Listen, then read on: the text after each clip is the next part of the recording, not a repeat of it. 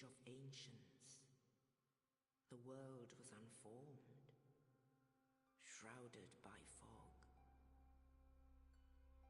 A land of grey crags, arch trees, and everlasting dragons.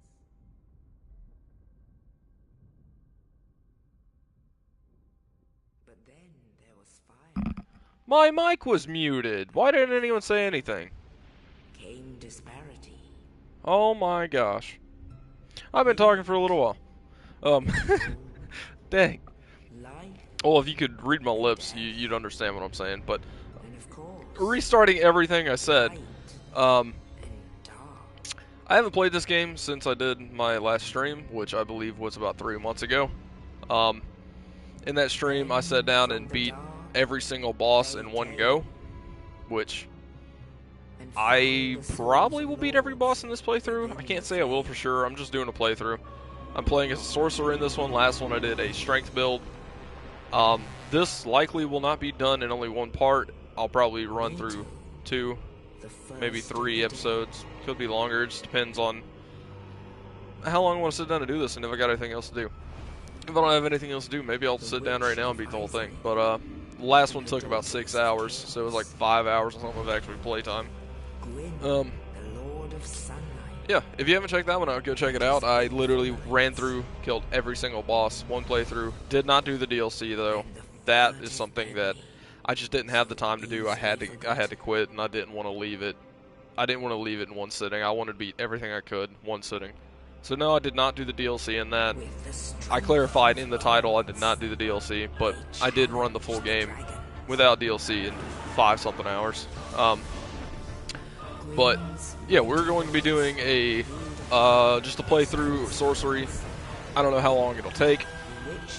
Could take a few hours. I mean, at minimum, I would assume 6 hours for me doing this run. More than likely, it's going to take me more than just a day. I don't expect to beat it today. But, yeah, I am doing this playthrough, and hopefully I'll come back to it soon if I don't finish it today. But if I don't have anything else to do, then I'll make my way back to this at some point. I know I've started other playthroughs in the past, but who knows? Man, I can't believe I was muted. I was talking for a good little while too. That's depressing. But I was gonna say that one of my friends joined in this party. I made a party just private, me and him. I wasn't expecting him to join. I'm pretty sure he was at work, but he actually joined the party, and I thought I was talking to him. I apparently wasn't. But oh well. Oh well. Anyway, we're gonna be playing Dark Souls 1. I have not played this since we did the speedrun then. Or I'm gonna call it a speedrun. It pretty much was, but I didn't. Yeah, I think it's not necessarily an any percent. I did the whole game besides DLC, so I didn't do any bugs, cheats, or anything like that. Which I'm not doing in this. I'm just playing the game. But this is more casual run. I'm just gonna be playing, maybe not rushing through a lot of stuff. Yeah. I hope you enjoy it. If you like the game, try it out. If you've never played Dark Souls, I highly recommend it. Of course, I've played the whole series. My favorite game would still be Dark Souls 1. After that, maybe tied would be Demon Souls. Now, I will say I have not really played much of the original, but I have played a lot of the remake, and the remake is great. If you've not played it, you need to play it for sure. It is a great game. After that, as a game, I'd like to say Dark Souls 2, because 3 was technically... 3 had a better story and stuff. I would say 3 was better than 2, but 2 had more replay value, which 3 really didn't to me. I played it a few times, but I played it and I just didn't necessarily need to go into New Game Plus or anything. Where 2, I did a lot of stuff in 2, which maybe at some point I'll do an actual full playthrough of 2 in this. I know I've started one in the past, never finished it. Nah, my bad. Whatever. My bad. It happens. Yeah, Bloodborne. Bloodborne would be up there though. It's a good one. Bloodborne's good. But I would not say it's one of my favorite. Sekiro, alright. Probably the worst one in the series if you ask me. Not a bad game. I didn't play it enough. I got a poster of Sekiro right there, but still didn't play it enough. Hello. Hello. Oscar's his name, I believe. I don't know. I think it's Oscar. Um, anyway, of course I gotta mention game that everyone's been playing right now, Elden Ring. I have played a good bit of Elden Ring, but I actually got on Elden Ring because I was like, maybe I'll go finish it, because I still haven't finished it. And then I didn't finish it because I was like, man, I just want to play Dark Souls 1. So I got on Dark Souls 1 instead of finishing Elden Ring, which I believe I'm near the end of finishing Elden Ring, but I haven't beaten it. I haven't had the time to do it. But I could be playing it right now instead of Dark Souls, but I'd rather play Dark Souls because this was my favorite game. One of my favorite games in general, but my favorite game in the series was this one for sure. I'm not even going to attempt to kill the boss the first try. Did I attempt that on my speed run? I don't think I did. I've done this a good bit, killing him right here, but I don't know. Yeah, I'm not rusty at these games. It's just actually finding some of the items and everything I'm gonna need and stuff. I might be a bit out of the loop on, I guess. So I guess you could say I'm rusty, but I don't necessarily like to say I'm rusty at the game because I don't think I'm gonna do bad at all. It's just a little out of the loop. Oh yay, that did some great damage. Nice dagger. Okay. Blinked off the wall. I'll try to not make this me just running around backstabbing a whole lot, but that's definitely how Dark Souls 1 is a lot of times. It's just so easy to just run nothing but backstabs and parries and stuff, especially once you get the Hornet Ring. It's easy to fall into that loop, is what I'm saying. I'm still light rolling right now, but I'm gonna probably try to light roll this whole time. Sorry if you wanted to listen to him. I get in the habit of just spamming through these because I've done them so much. And just for good measure. But why? Well, sorry, dude. Felt like I had to. You left me with no choice. You aggressed me, didn't you? Yeah. I mean, if you got any questions and stuff, I got my, chat up on my phone. You want to say anything? I may not immediately see it was there, but I'll try to keep an eye on it. Ooh, do I put my sorcery in my right hand or my left hand? That is always the question. I think I like it in the right hand. I like it in the right hand so that I can block while having it out, but I like it in the left hand so I can buff. Because you can't really use weapon buffs and stuff if it's in your right hand. So I'm putting it in the right hand for now. That could change. I'm gonna try to parry this dude. Oh, yep, that was too early. I didn't even want to do that last one. Let me try one more time. See if I can do it. Okay, I got it.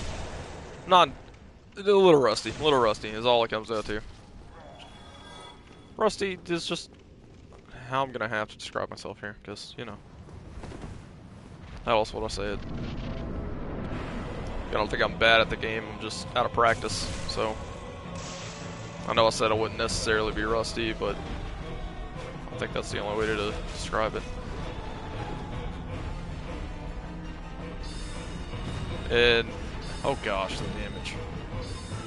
If you saw the last one, you saw it was basically a really up-close, aggressive fighter.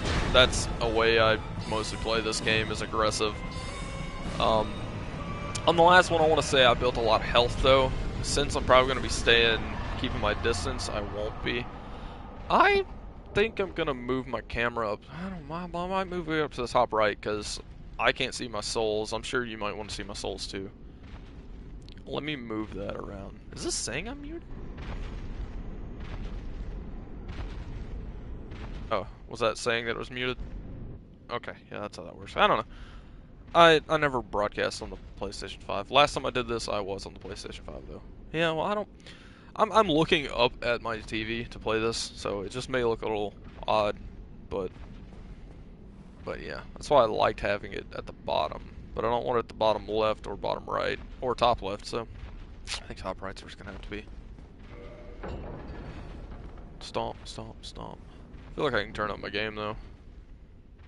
When it gets to this cutscene, I'm probably gonna skim around a little bit in my video to make sure I'm not having audio issues or anything, which would have been nice to know at the beginning whenever my mic was muted and I didn't realize it. I don't know if I got anything I can get the crows.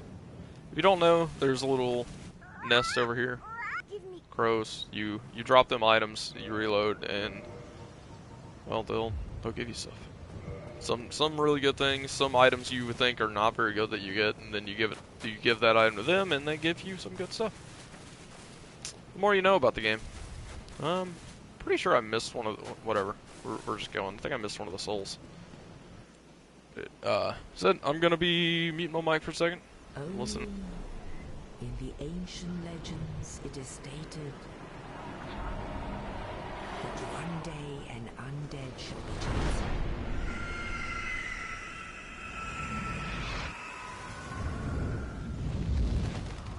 To leave the undead asylum in pilgrimage.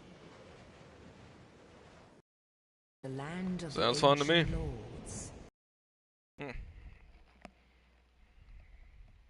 Lordran.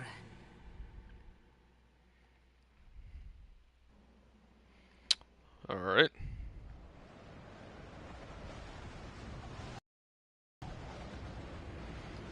Let me pull that back up. Mic should be good to go. Alright. We are at Firelink Shrine. So if you never played this game, you've never seen anything, technically you're going to be getting a lot of spoilers throughout this, but you're watching a playthrough, so, you know, it's kind of expected. I'm not going to, maybe I should.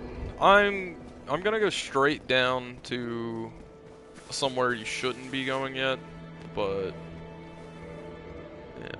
I'm going to be going somewhere you shouldn't be going yet, but this is just how I'm going to play.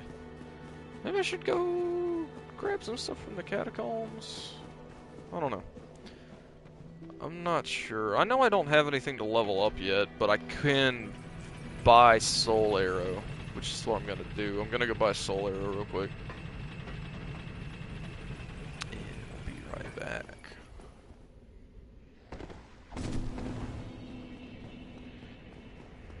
Alright. Buying Soul Arrow, at least. I'm going to be coming to this guy a lot because he's the guy that's going to be upgrading my weapons. Alright. Ooh, heavy Soul Arrow. You're actually hitting me, dude? Come on. I can't do anything because the guy. Should I just save up and get heavy Soul Arrow? That may not be a bad idea. I don't know, regular Soul Arrow has a lot of uses, so I'll just go ahead and get it, but yeah, there shouldn't be any. Don't I get magic? I think I get a +5 to make it magic first, so I need Titanite shards, which I'm not gonna have any of for a while. So I'm gonna go ahead and buy the Soul Arrow. And with what I have right now, I'm gonna go make a run that, again, you probably shouldn't. I just have played this game so much that I'm gonna do it. I don't think I have any homework bones to start with, yeah? Okay. Yeah, I'm not worried about the 300 souls. I'm going to die here, but oh well. I'm trying to. Oh, why'd my phone turn off? Come on. I'm trying to keep that up so I can check the messages.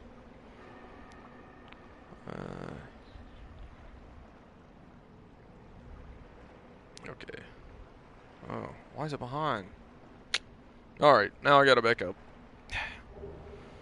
Oh well.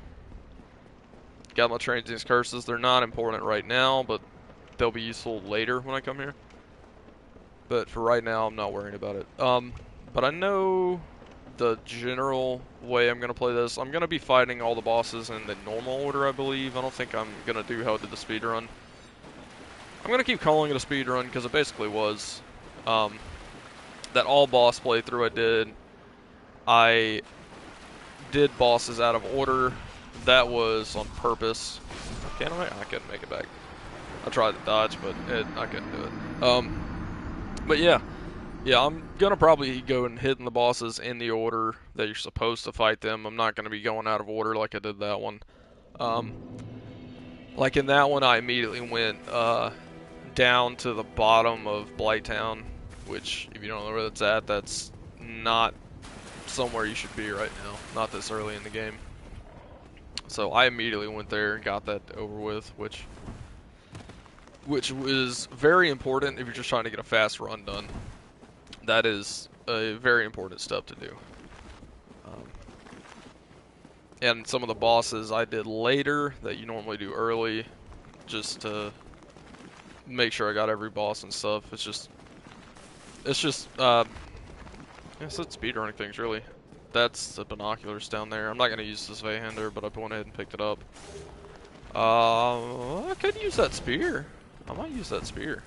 Probably shouldn't have rolled down here. Whatever.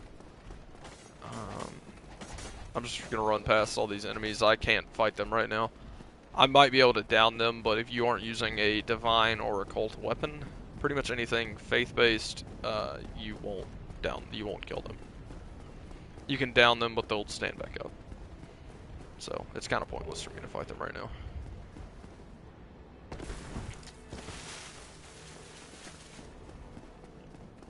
I mean, heck, you may learn some stuff just watching me play this. I'm just playing normally, though. Just kind of how I normally would. Go ahead and picking up everything. And they followed me over here. Which is why I should have just went to the bonfire first. Can I rest? No, I can't, because the skeletons are here. So I gotta fight that skeleton, which said he's just gonna stand back. He's gonna walk away. Alright, let's see what... I definitely don't have the stats for that, but I might use that spear just to have a different weapon besides the dagger. I have to level up some. 4 levels in dex, 4 levels in strength, so that's not too bad, but it's definitely not the greatest. Okay, now I have 60 casts of Soul Arrow, which is a great way to start a run like this. Like, it's just, my gosh. Soul Arrow is not the strongest spell at all, but it's just very nice. There's no way to look at it. It's just an easy ad clear, basically. I have so good. Yes, my decision is yes. I'll join your covenant because I'm not part of covenant right now, so no downside, you know. Alright, let's see if he shouldn't have anything I want. And I'm not exactly going for a completionist run, I'm just playing. Come again. So I'll probably be missing a lot of items. I'll be failing side quests because I'm not going to do all the side quests. There's no point of me doing them. There's only probably one I can think of I'm going to do, which I'm not even going to mention it yet. But I think there's only one side quest I'm going to do. That's if I even want to take the time doing it. I very well may not. None of this is anything I care about right now. Homeward Bones are nice. Right now, I'm not really going to be using them, though. That said, I'm just going around and picking up stuff, getting ready to start this run, really.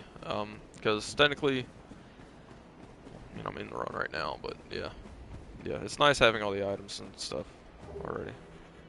So I'll have to pick them up later. I could save time by not getting them yet, but it's not going to hurt to get them. But here we go. I'm about to start running towards Undead Berg.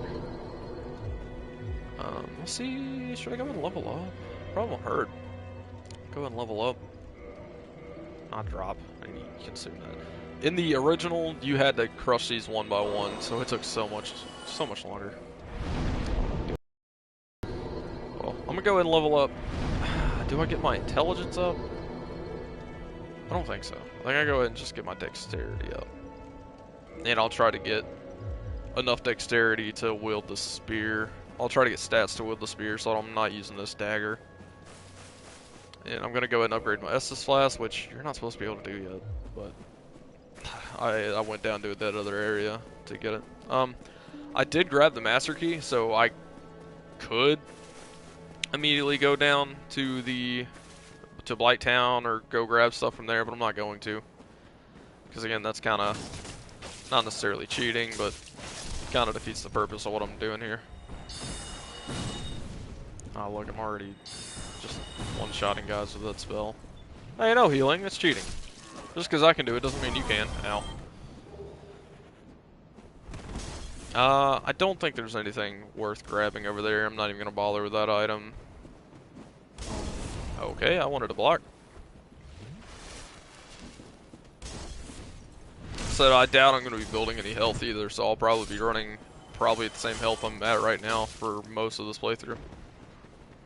Maybe I won't. Maybe I'll build a little bit of health so I have survivability, and so you won't see me die constantly, because if not, then I'll probably die a lot. But that's the authentic playthrough, is me not building any health and then dying a lot to easy enemies. Yeah, that sounds right. Maybe I'll do that. I'll go get this item. And of course. I need to get used to actually, first off I'm going to go ahead and switch that over to the other hand. For reasons I said earlier about being able to buff, because now let's say that, maybe I won't buff at all in this playthrough anyway, because I'll probably have a magic weapon, and I don't think you can buff magic weapons, because they're already buffed, technically. But that's the best thing to do is normally do a actual dex weapon or something, and then use a buff on it, and it'll get a lot stronger. Same way with Faith. There's two spells that are faith-based, two miracles I'll have to say, because they're technically miracles, not spells. Hello? Do it from, I can't, man, hold up. First off, I was told to use my fist, which, okay, I guess I'll do that. It might as well be the same as using the dagger, but I can't do a flip, I'll tell you that now. But I'm gonna punch this thing. Come on, Drake. Oh, I can't even get to it.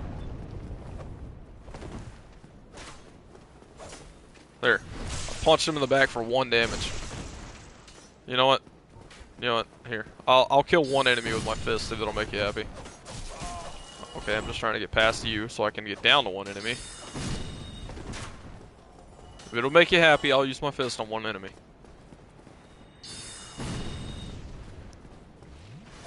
I'm not counting this one. This guy. He's dead by fist. That's how you do it. You just stun lock him with your fist. Oh gosh. Oh no. Maybe that's a bad idea. I'm doing it anyway, but that's definitely a bad idea. I'm going to punch this man down.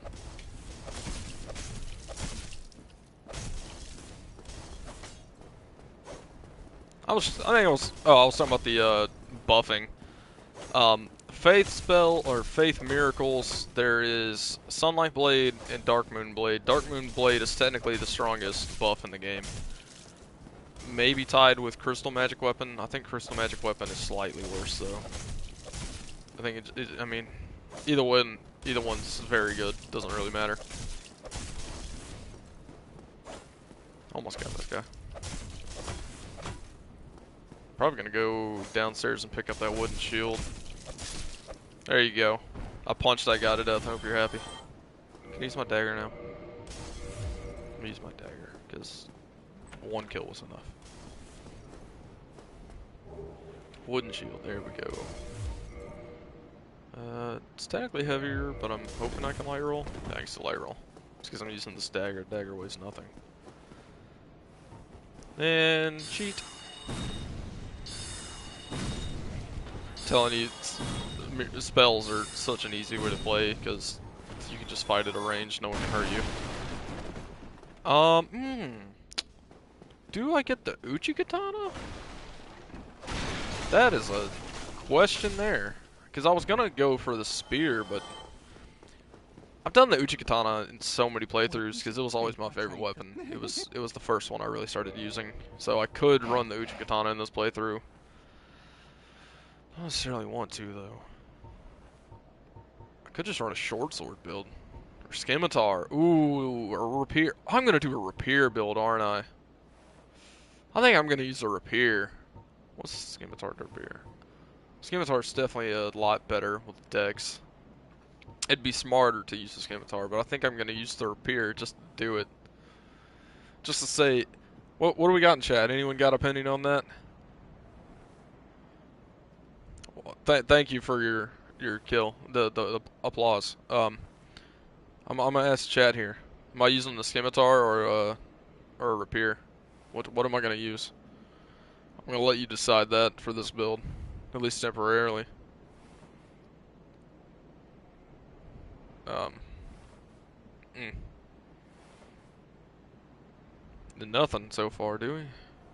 Scimitar. Okay. We are going to run. Oh, I just went to the. We're gonna run a scimitar, which I can't use yet, but we'll use it soon. And I will end up putting a magic buff on that, and then I'll end up making it enchanted later. I don't have the dexterity yet, but I'm about to level up in just a second. I'll have enough. Good choice, good choice, good choice. Here we go. I'm gonna go and level up, and it should be enough.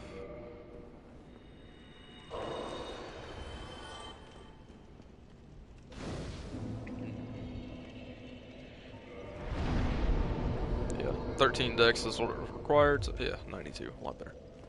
A lot better than the dagger. Technically, the daggers, their best thing are critical hits, which would be parrying and backstabs. So.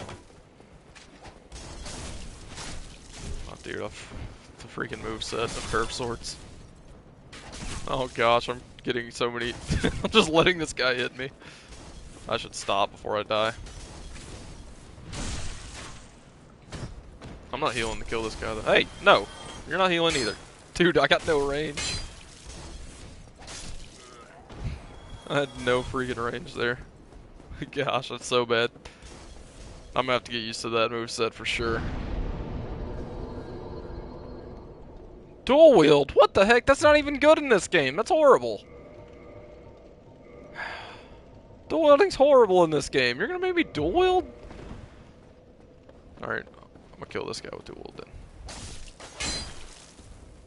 Oh, see, I can't freaking... It's so bad in this game. This game was not meant to dual wield at all. I don't even think you can backstab with the dual wield. I'm gonna try it. I don't think you can. No, you can't. Gosh. This would be straight up suicide if I tried this throughout the playthrough, because I can't block or anything. It's working for these small guys, but that's just because it's so easy to stunlock them. Taking that back off though. That's not happening. Wooden shield. Here we go. Probably should have waited for him to throw that, but it's fine. I didn't get hit. We're gonna backstab this guy. Never mind, I got stuck in the boxes.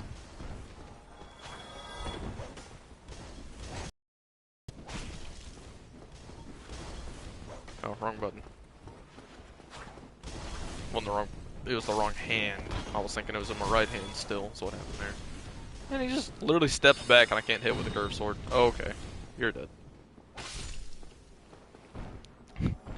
Literally does a step back and I can't hit him. I don't know how the two-handed is, though. Ah, yeah, the two-handed's what was the best about these. So I might actually be two-handing a good bit in this playthrough. Let me go ahead and loot this chest. Like I said, I'm not doing exactly a completionist run, but I will be getting all the bosses, likely. So unlikely in one sitting, but this is just a basic playthrough.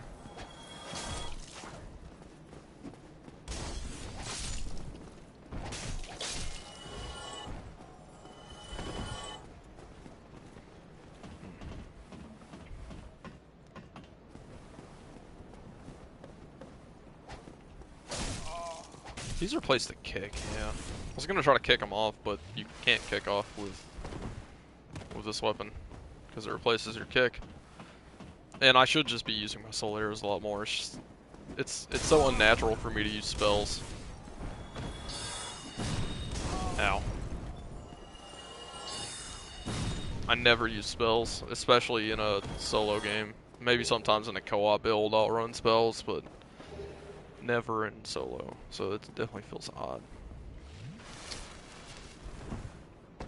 Did I buy that key? I don't think I bought the key. I did. I had the master key anyway. Oh well. Oh well. We'll get this, and then we're gonna cheat to kill these guys. And So I'm gonna try to not play my normal way. I'm gonna try to actually use these spells. That just feels so unnatural to use spells like this.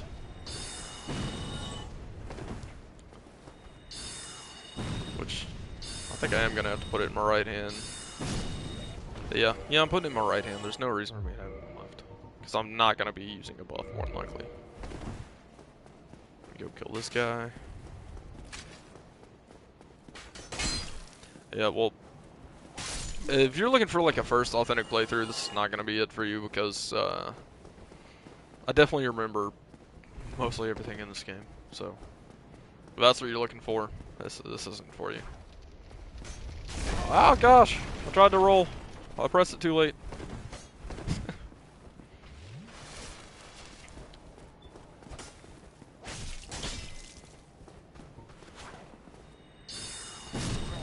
Spells are so ridiculous.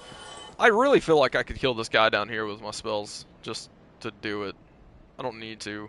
It's kind of suicide if I try. If I fail it, then I'm dead. But I'm gonna go for it, I guess. Try to get the Drake sword. I could go for the Great Sword.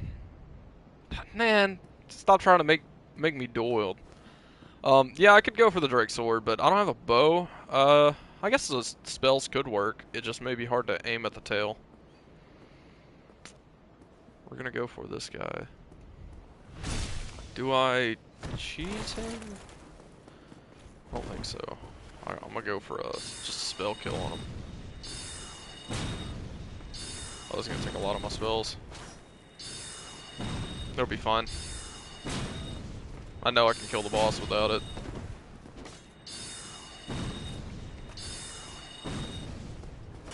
Okay.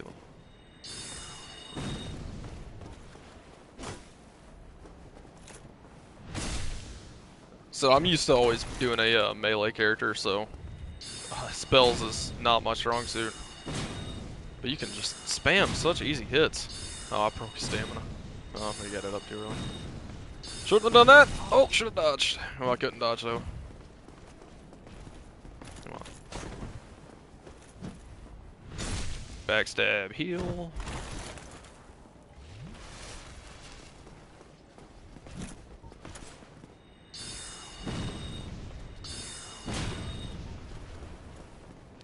Come on, swing at me.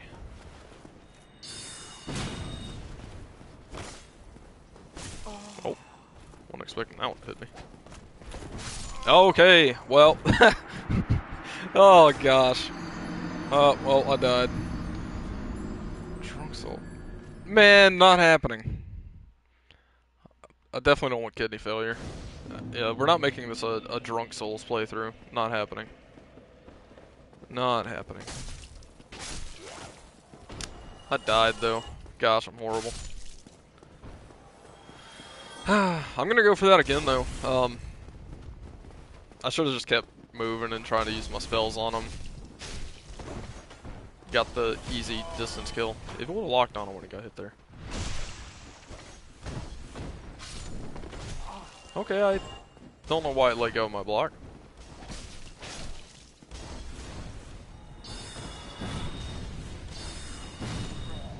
Oh yeah, I don't have the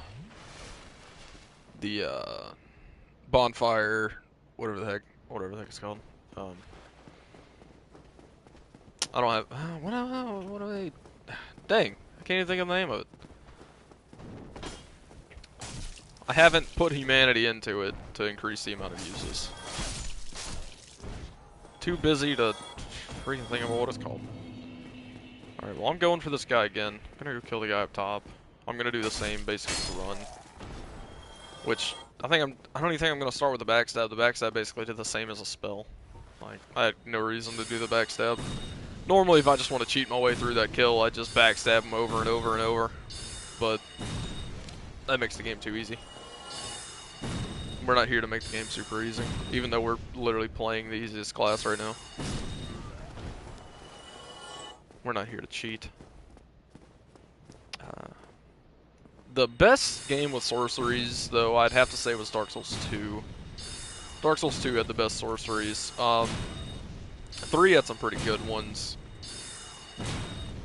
Though I will say there's some mods in 3 that made it so cool.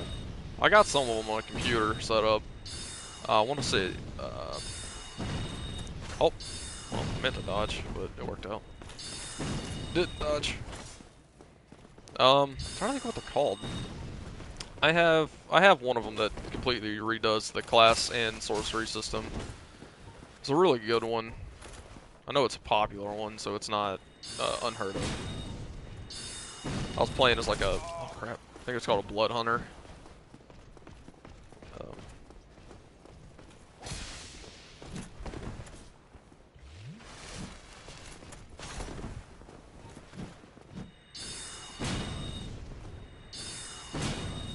One thing about casting spells like that is it immediately locks you into a, well, the move.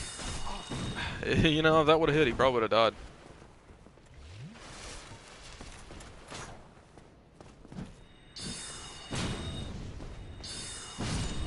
Oh, I got him. Yay. I cheesed him. Titanite chunk. Well, would have been nice to get his weapon, but wouldn't have used it anyway because it's strength-based. This is the remastered, if that's what you're asking. This is Dark Souls Remastered. This is not the original. I'm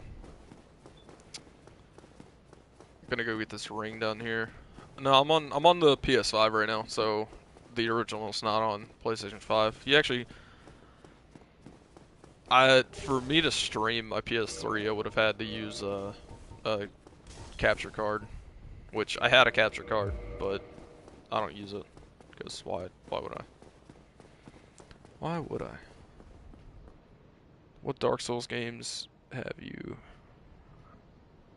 I played? Oh. YouTube says OG? Are you talking about my stream name, or are you talking about the what it's marking the game as? Because it's basically the same game. There's very minimal difference. But back to what you asked about which Dark Souls games have I played. I've played all of them. I've played the entire Soul series. I've beaten the entire Soul series except for I haven't beaten Sekiro, and I have not beaten Elden Ring. I'm near the end of Elden Ring. Which something I was saying earlier in the stream is I literally was playing Elden Ring. I hopped on and I was like, man, I want to play some Elden Ring. Then I played it for like 2 minutes and was like, actually going to play Dark Souls 1. So I got on Dark Souls and started playing it instead. But yeah, Elden Ring, I have played most of it. I haven't beaten it. But as for the Soul series in general, I have beaten every Souls game, and I'm on PlayStation. If you're on PlayStation, you know what I'm saying. I've gotten the platinum in every game. Okay, I haven't beaten Sekiro, so I haven't gotten the platinum in it. Demon Souls, I'm in New Game Plus, about to get the platinum. I have to get like 2 more boss souls, is all I'm missing. Mark says, what are you talking about? I don't know. Mark says, I don't know what you're talking about. Come on. You go for the drop attack on him, and then probably just try to spam spells, because I'm trying not to be a straight melee character right now. It's so easy to run how I always have with the melee character, though. But we go drop attack. So I'm gonna make this a dex build though, but I am gonna focus more on the spells. I wonder if I can knock them off. It's unnecessary for me to go for the knockoff, but I definitely could. So I'm just trying to make this. I'm making this game easy by going sorcerer, but I'm actually not going to be using a vitality build. So, but if you check my recent, oh crap. So if you check my last upload I did on YouTube, it was a stream of I sat down and played Dark Souls 1 fully through. I sat down, did it in one sitting. It was just over 6 hour stream. Oh, rolled too early. Oh, he almost knocked me off. That would have been rude of you. But I sat down and played in one sitting, beat the game, killed every boss, but did not touch the DLC. I just did a basic strength build. I beat mostly every boss first try. I think I died a few times in the playthrough. I got the Demon's Great Axe and I'm not doing a strength run. Dang, man. That's the strongest strength weapon in the game. If you're doing a pure strength build, the Demon's Great Axe is the highest damage you can get without bugs. Just for pure AR attack rating or whatever, the highest damage output you can get is the Demon's Great Axe. Hello. Hello. Check, make sure there's no more comments. Okay. I am Soler Soler of Astora, of Astora. servant of the Lord. Now that I am undead, I'm gonna let him talk because I'm not Great rude. land, the birthplace of Lord Gwyn, to seek my very own son. Did you find that strange? Well, you should. No need to hide your reaction. I get that look all the time. Should have filled this up. I coulda drank from my Estus flask. For some reason the chat's not updating right. Getting new spell. No soul spells. No soul spells? What are you talking about? After getting a new spell, no soul spells. Are you saying you want me to not use soul arrows? You want me to drop the soul arrows? I was about to get heavy soul arrow, but this is the game where soul arrow was the main spell for the most part. Because you had soul arrow, heavy soul arrow, great heavy soul arrow. Those are like your main attack as a sorcerer. Oh no! Oh well, I kind of made it. Got hurt, but I still made the jump. Let's open this shortcut. Let's head down. If you have a bow, you can get the Drake Sword. Yeah, I know, but I'm not gonna be doing a strength build anyway, so I'm not gonna run the Drake Sword. I'm trying to do a intelligence and Dex build. So yes, the Drake Sword is not a bad way to start whatsoever, but I'm not gonna be getting it because I'm gonna be trying to use intelligence, not strength. I think the Drake Sword might have more of a middle ground build, I guess. I'm also not gonna go across. I normally just run across the top and go past the Drake, but I'm not gonna do that because I'm trying to do more of a first playthrough style. Yeah, there's no way I can mark or I can lock onto his tail. I'd have to use a bow, and I don't even have a bow. Oh well. You know what?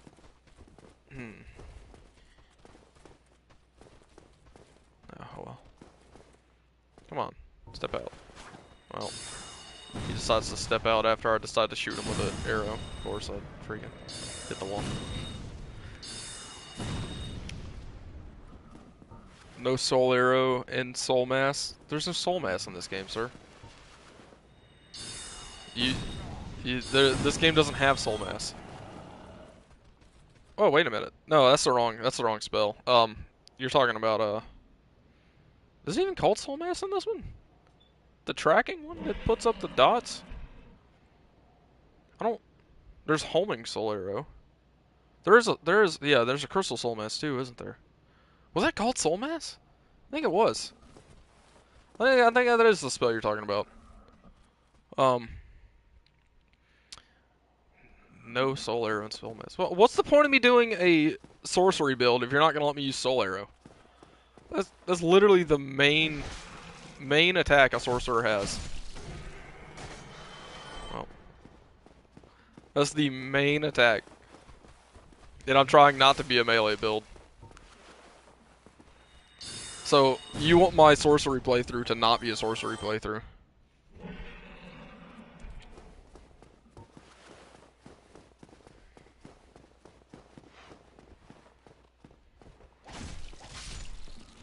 But yeah, I do believe that's what the soul mass was.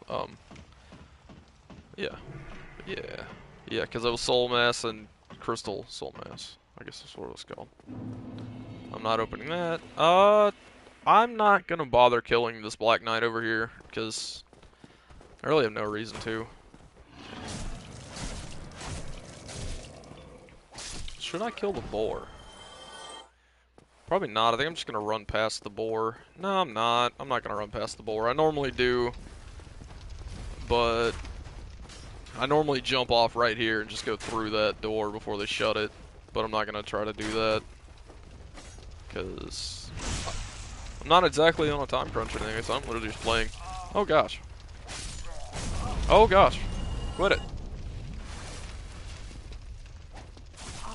I don't have the range. I didn't have the range to hit him. Oh gosh, I was gonna miss.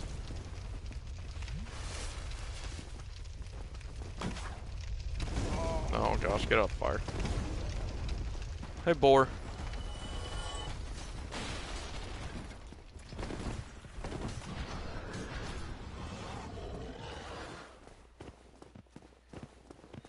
Shoot him in the butt. Die, boar. Oh, oh, it didn't roll! It didn't roll! It didn't roll because I got stuck in the spell. Dang it. Oh. There's dark. You Dark Soul Mass? I guess that might be a DLC spell. I've only ever done the DLC once or twice in this game.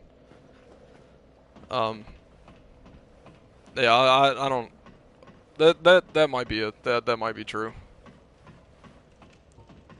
There's Dark Bead, and then there's Dark. All the dark spells were broken, which I haven't even thought of using those spells, which I might, but I'd have to go through the DLC. We'll just see. Depends on when I want to go through the DLC. I didn't even think about that enemy. Oh my gosh. Yeah, I wasn't even thinking about the dark spells. But yeah, you have to go through the DLC to get those, and even if I am going to go through the DLC, I don't know when I'll go through the DLC. Because you shouldn't go there immediately. I probably wouldn't even start the DLC until after an Orlando, I'd say. So it'll be a little while. I could start it. When is the earliest you can start it? Because you get to Darkroot Basin. I could go to Darkroot Basin right now. And I could go back there, but do you have to have the... Oh, you have to... Yeah, you have to have already done an Orlando, because you have to have the Soul Vessel, the Lord Vessel, placed to even go there. Because I think you have to get something from the... What the heck is that called? The big crystal place where Seath Scales is. Duke's Archives. I think you have to get item from the Duke's Archives to be able to even go there. I believe that is the case. Which again, I've only done the DLC once or twice, but oh gosh, I've beaten this game way too many times than I should say, honestly. Dang. Maybe I shouldn't get all the enemies on me at once.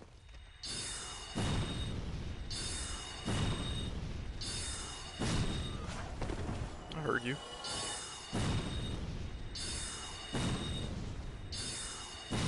Normally, the easiest way to kill this boar is just luring him into the fire, making him burn. Hey buddy, come over here. Yeah, normally I believe you can just... Oh, I keep flanking off that. You'd get the alluring skulls and just make them go into the wall.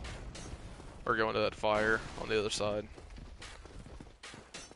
Come on, man, let me backstab you. I said at the beginning I'm gonna try to not make this just a backstab game.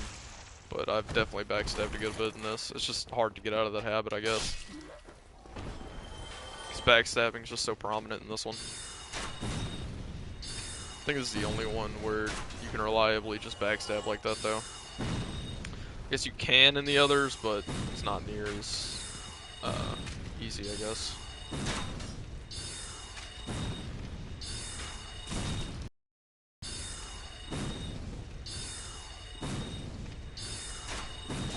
Quit shooting at me. Quit cheating. Quit using a range. Cheater.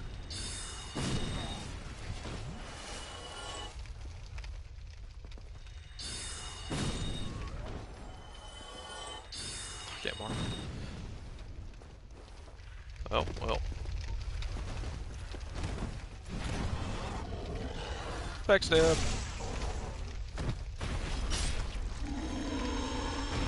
the board just caught it, dude. Yeah, I probably will run the Grass Crest Shield. I don't know, did I run that in my recent run? I think I did. I can go get the Grass Crest, though. It'll probably be a minute, because I probably won't go there until after the Bell Gargoyles, because I'm trying not to just skip through the map.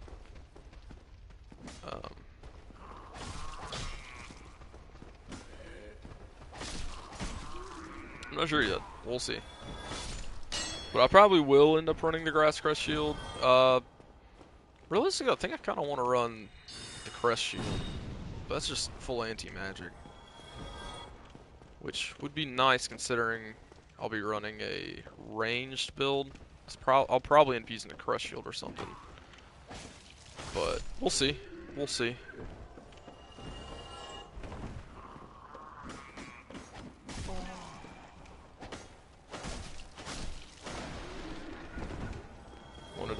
Said go around this way to make sure I got all the items, and just make it seem, you know, a little bit more authentic to me just skipping through the place. Because said I could have immediately went to Blighttown or something and went ahead and killed the boss there.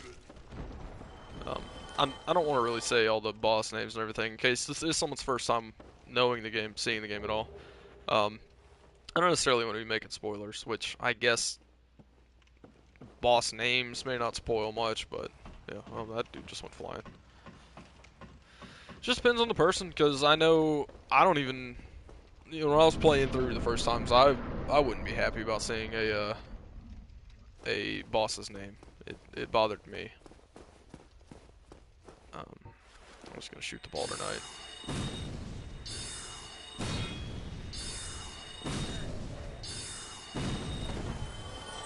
Maybe I'll use this Night Shield.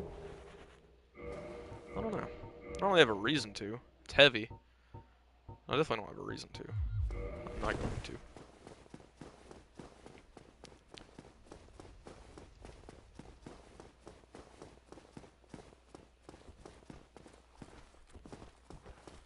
Come on, swing at me. I did that way too early.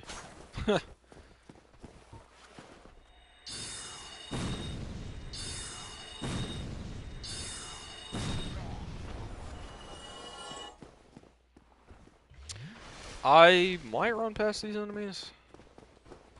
What? I'm gonna not right now. I'm gonna try not to, because I don't want to. So I don't want to just be skipping through like I know the whole game already.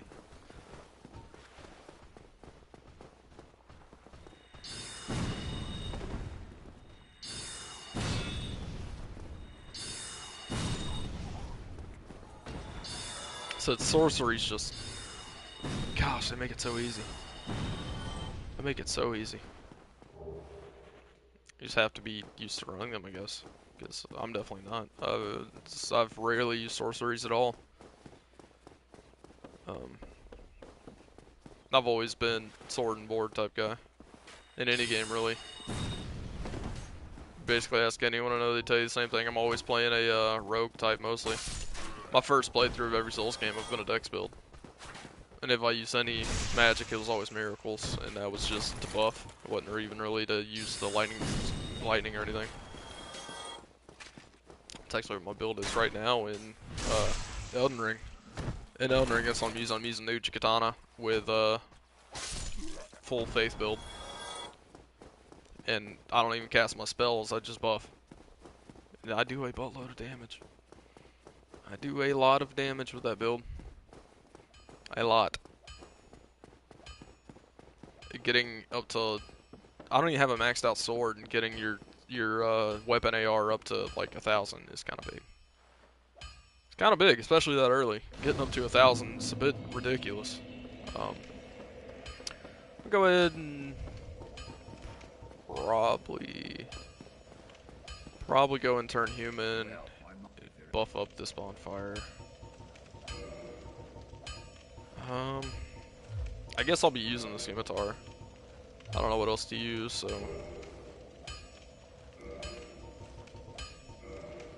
Do I want to level it up right now, though? I think I do. I think I do want to level it up. But I think I need to get a level 5 first, so that I can make it magic. Because that's my goal, is to make it magic. Should I level up right now? Should I level up the weapon right now, or just level up myself? Probably level up the weapon. It's probably the smarter thing to do, so I'll do that. I go and crush some souls. I probably got enough. Just some souls to do this. We'll see.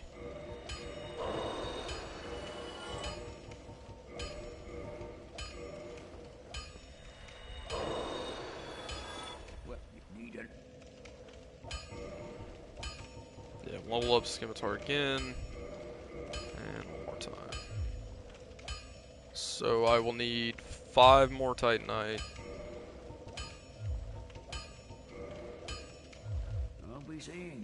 I'll crush one more soul. Just go ahead and buy that Titanite. Maybe I'll level up with it. I'll see if I can level up with this. I don't think I can. I'm gonna say I can't. Can you even check that in this one? I don't think you can. Then you actually have to go to the level up screen. I don't see how I could. I think I gotta be over 1,000 now. There's no way I'm not. Yeah. I give 200 or 300. I'll go ahead and just level up. I'll crush another one. Should be enough to level up. I think it was 300. So, that should be enough. Should be enough. Was not enough. Okay. We'll crush another one. It was 200 then. Yeah, I was thinking it could have been 300. It was 200. I would like to get my dex to 20, or to, yeah. I think I want to get my dex to 20, but I don't need to be wasting. I can go and get another spell slot, but I don't have a reason to yet. I'll go ahead and do that just for later. Just for later, because eventually I'll use it and get it while it's cheap. I am probably just going to go back and go fight the gargoyles now, but I'm going to go ahead back to Firelink and stuff, go and explore this area. So I don't think I'm going to get the grass crest. I don't feel like I'm going to use it. I don't want to use it because I've used it too much, and this isn't exactly the build that should be using it. Could I use it? Yeah. It's a great shield. Great shield. It's probably my most used in this game for sure. But I don't think I should be using it. But I could. I could easily use it, and I'd be fine with it. But I don't want to use it. It's too good. What's up, buddy? Oh gosh, I straight up just got hit by that dude. I didn't turn human. I wanted to turn human. Kindling. That was the word I was looking for earlier. Kindling. I was gonna say I was gonna go kindle at bonfire. At this point, I think I'm just gonna go kindle Firelink. The Firelink starts at 10.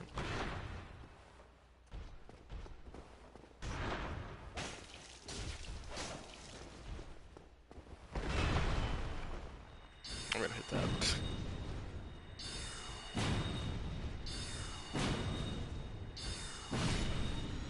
Easy. Easy. Spells make everything easy. I'm telling you. Spells are ridiculous. Do I want to have a spell casting fight with this guy? Probably not. He'd probably kill me. And I can't even lock onto him, but he can lock onto me. Oh, he can see me from there?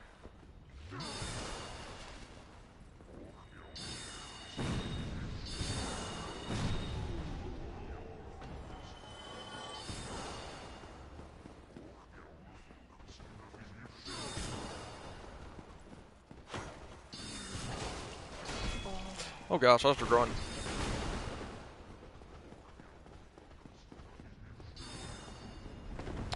I easily could have died if I stayed there. What time is it? It's 5:20. Okay.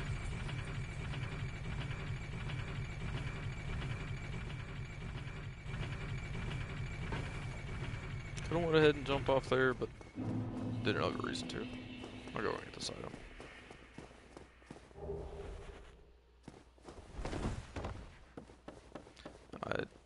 shouldn't have went there either. We go ahead and upgrade my Estus Flask. I think I'm gonna save my money though. I don't really have a reason to spend any right now.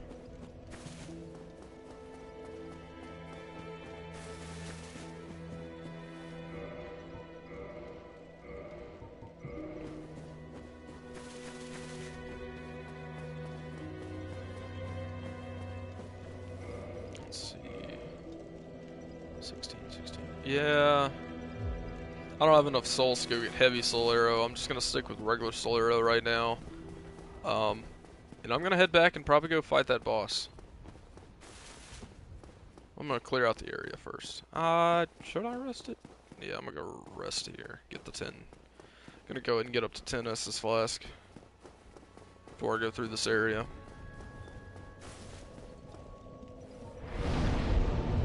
Only need 200. Let's see. I just said I shouldn't level up. I'm not leveling up. What am I doing? Shouldn't have crossed that. Oh well. Oh well. Shouldn't have crossed that. It's fine though. It doesn't hurt. It's just could have used it later, but it's only 200 souls. Not a big deal. Right now, 200 souls is a lot more than it will be in 30 minutes, though. You know, I'm really curious though, because how long have I been doing this? I've been live for how long now? I don't even know how long I've been up. Over an hour.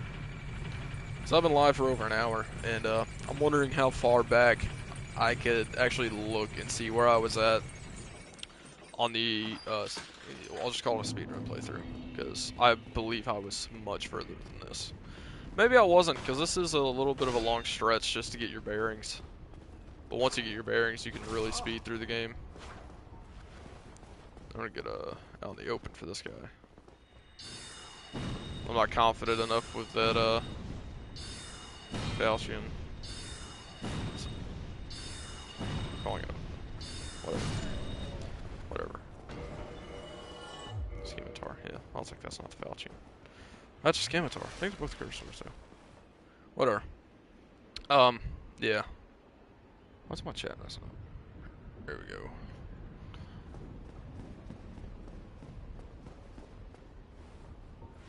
I don't think I can get him through here, can I? Nah. He's buffing up all the guys. It's so hard to hit him through this, and I guarantee he's gonna be able to hit me. Oh no, he's hit the wall. Cool. He's casting spells in there that, well, some of those are attacks, but some of those bring up the enemies that are standing next to him and makes them do more damage and stuff, and they easily could kill you if you aren't careful. There's a bunch of little enemies that are coming at me right now, and they easily can kill you. They're just the basic guys, but they can stun lock you down, and there are so many of them that... Just like this! Oh gosh! I'm fine.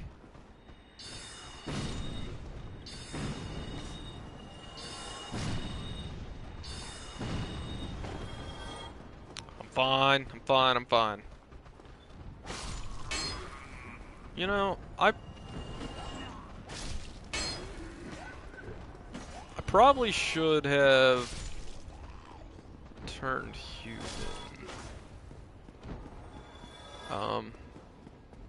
Yeah, I'll be back to this. I'm gonna go clear out the rest of this. My main thing was I wanted to kill that big guy. I'm gonna clear out the rest of this area so I can go and explore it, get all the items and stuff, and then I'm going to go back and talk to Andre, probably upgrade the weapon more, and then come back as a human. Yeah, but in this game, there's technically no correct order of going any of the places. I'm going what I believe is the most recommended way, I guess, known way of going. What I would believe would be lowest level to highest level area. I'm not going straight through the highest level like I did in my other one. In my last one, I literally, I went straight to a bunch of the higher level areas. I didn't go to any of the smaller ones. So, so in this, I'm gonna start off by going to the main areas first. Man, I am missing so much with this Falchion. I keep calling it a Falchion again. This Scimitar, I've missed with it again. Like I could be going to Lower Undeadburg right now. I'm not going to. That would end up bringing me through the depths, leading to Blighttown. I got no reason to go there right now. So how? That's probably what I'm going to next, though, because I could end up going through Darkroot Garden and stuff. I might walk through there to pick up some stuff, but I'm not gonna go kill any of the bosses or anything. Yeah. As of right now, I'm just gonna go continue the way I'm going, and then I think I'm gonna go to Lower Undeadburg, go through the depths. I guess I'd have to hit Blighttown after that then. Because I don't know if I necessarily would say to take Blighttown. Catacombs could work, but I don't like jumping around so much, which is what you should be doing. You should jump around through all these areas. But it's hard to necessarily recommend doing that. Because once you're able to teleport, it's so nice to be able to teleport. Go and level up this weapon, and then I won't have enough to buy the rest of the Titanite shards that I need, but I'll go and buy what I can. Oh, I do. I had exactly enough. But I don't think I have any crushable souls to be able to upgrade the weapon. Do I? No, I don't. Said I could go that way through that door, and there's plenty of areas I could go through. I could go and get one of the best rings in the game, one that increases your carry weight. Very nice ring. I don't know how much it's gonna help me on this playthrough. I'm not worried about it yet anyway. That's something you shouldn't do for a while still. And I wanted to go to that bonfire, and I kept walking. So I'm going back down to the bonfire. But yeah, this game is literally, you die in it. That's what it's known for, is being a difficult game. I don't necessarily think it's the most difficult game out there, like a lot of people do, but it really depends on if you've ever played a game like it or a game in the series. Because, like right now, it's a big resurgence. Whenever Elden Ring came out, everyone's been playing Elden Ring. A lot of people talked about how it's probably the hardest game they've played. And for me, Elden Ring is probably the easiest in the series, next to Bloodborne. Bloodborne and Elden Ring are very easy games. I haven't had a trouble in either of those games. I'd probably say the hardest one is Dark Souls 2. Again, I wouldn't say Dark Souls 2 is the best one, but it's probably the hardest one. But that's mostly because of how the enemies work, and the rolling system of that game is a good bit different. But in general, I'd say Elden Ring and Bloodborne are the two easiest ones. I haven't played enough of Sekiro to fully have an opinion on that game. I played a few hours of it. It was a lot like Nioh, honestly. If you've never played Nioh, it's an entirely different company made it, but if you like Souls game, you should like Nioh. It plays a bit different, but it's still similar. Did I? Yeah, I did upgrade that. Okay. And I'm about to go try to fight this boss. I'm thinking I'm gonna... I don't know.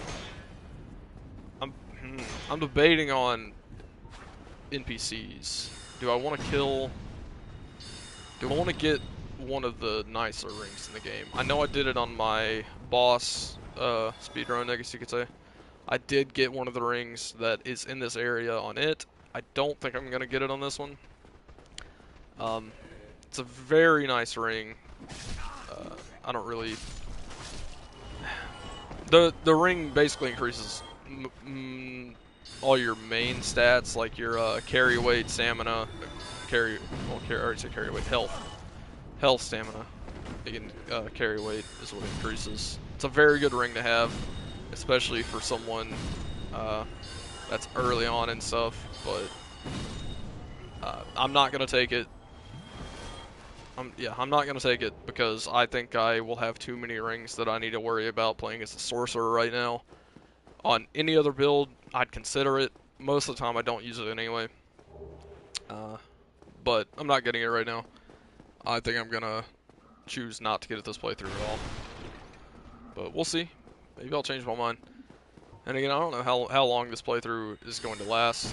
I don't know how long I'm going to play it today. I don't know. But I am very curious about the time I've taken right now to get where I'm at compared to where I was at in the same time of my boss run. Which again, if you haven't checked that out, I streamed it about 3 months ago. I didn't have my camera on. I wasn't talking. I just sat down and played the game. It was about a 6-hour long video, but I just ran through, played the entire game, one sitting. Beat every boss and stuff. Hello, Lautrec. Thank you. I am Knight Lautrec. I truly appreciate it. Now, Yeah, I just don't know what I want to do with him right now.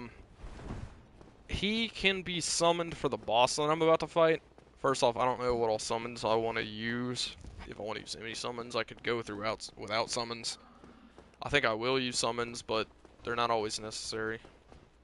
I think I will use him right now, so I'm going to go ahead back to a bonfire. I'm going to rest, and I will come back and summon him. I'm going to go down here. Go ahead and get up my Essence Flask again, back to 10. Then, of course, I'm going to have to go through, kill all the enemies again. That's the worst part of doing anything like that, is you have to kill all the enemies every time. Which, if you don't know, every time you rest, enemies respawn. The exception is in Dark Souls 2, they do not. I don't need to get that key or anything. I really shouldn't have gone here. I got no reason to do this, but I'm taking this jump. No reason to do that. I just did it to do it. Why? Again, literally had no reason to do so, but I did it. But, every time you rest at a bonfire, it basically resets the game back to as if you never did that area. I was just coming here to kindle.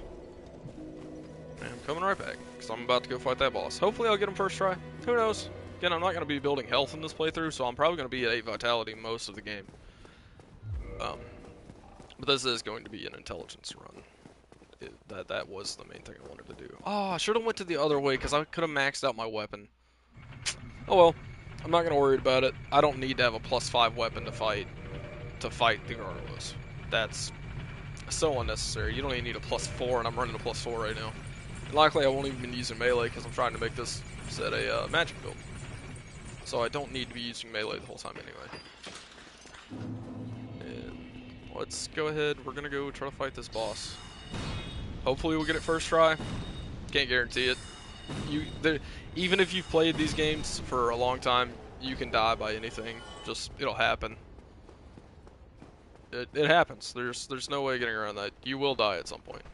Like this. I'm gonna risk something, which I shouldn't be. Yep, shouldn't have done that. And now I'm gonna die, because I want to try it, and I'm getting sunlocked. Yep, and I'm stuck in a corner. See? This is exactly what I'm talking about. You can't just not die in this game. You're gonna die. That, I easily could have avoided. I just wanted to do it. Just wanted to do it. But that literally shows it.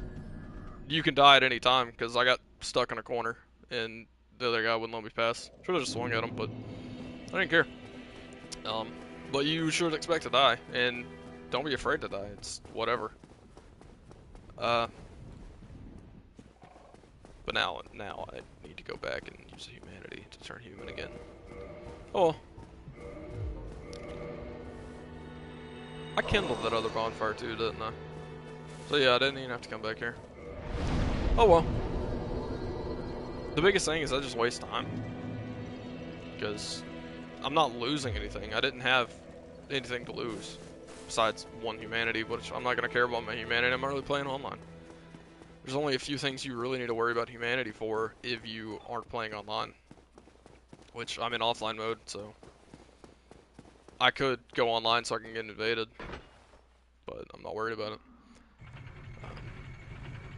One thing in this game, the PvP was really fun back in the day, back on PS3. It was really fun, but you would meet a lot of people that either were cheating, that was definitely common, and by cheating I mean just infinite health. You know, they just stand there and tank everything. They'd have infinite items of stuff you shouldn't have like that. You know, just, it was very common, but that wasn't even the worst parts, because they were annoying. But the worst things was the lag. Lag plagued the online community. It was just obscene. And the biggest thing is just because of how the backstab system worked in this game. In the backstab system, you basically, as long as you got behind someone and you swung, you got a backstab on them. And so what people would do is they would run the strongest strength build you can get and just backstab literally everyone they possibly could. They would just run around and backstab. That was the PvP a lot of the times in this game, which normally was not a problem because you can counter that.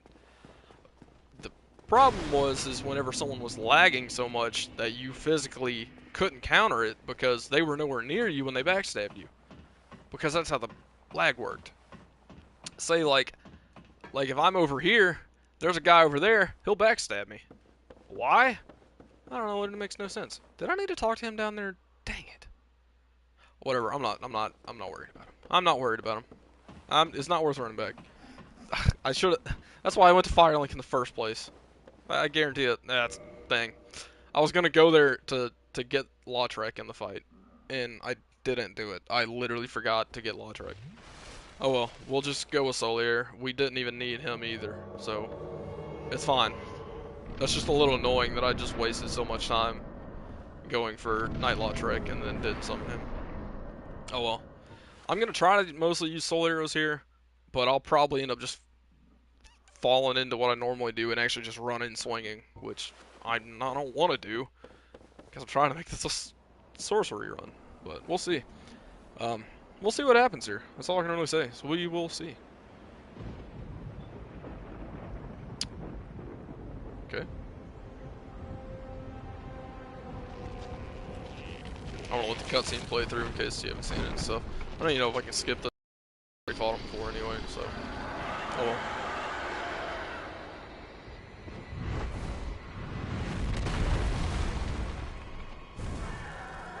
But as I said, I'm not going to be running this whole thing in one playthrough. There's no way. I've already taken too long. That's not happening. I'm not doing a one-sitting playthrough this time. But I will be back to this at some point, especially if there's demand for it and I can get the free time to do it. I got stuck in that spell. So that's the worst thing about casting spells is you'll get locked in a animation.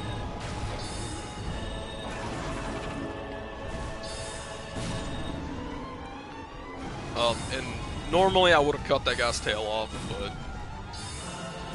oh well. Easy.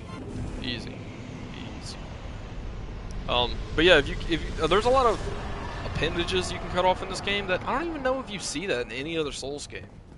I'm trying to think about that. There might be a few bosses here and there, but in this game, there were multiple bosses that they had like tails, that if you cut off the tails, you got weapons and stuff. You don't really see that in any of the other games. I'm trying to think of those, even some of those in Demon Souls. I can't think of any. I can't think of any in Demon Souls either, of you cutting off appendages to get stuff.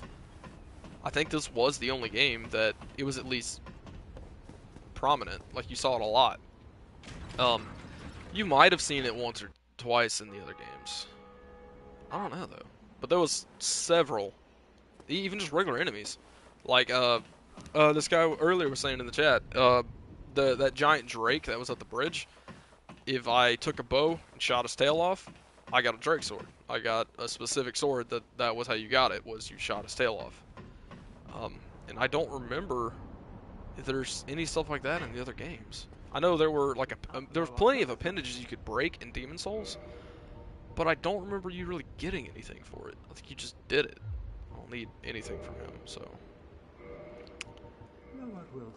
Okay, well, from here, we don't have any green Titanite shards, so I may not actually be able to make my weapon magic. So I think I'm going to have to wait until I go into the depths, unless I went straight to Blighttown, which I don't plan on doing that. So right now, I'm going to be going to the depths.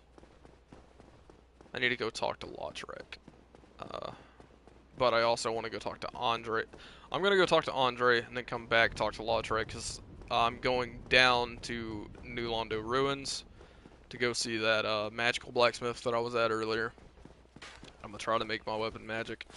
It may weaken my sword immediately, is one thing I'm looking at that may happen. But I think I'll have enough souls that I can just beef up my my sword some, or my level, just get more intelligence. I wanted to get 20 dex and just stop there, but I don't even know if I'm going to go that high.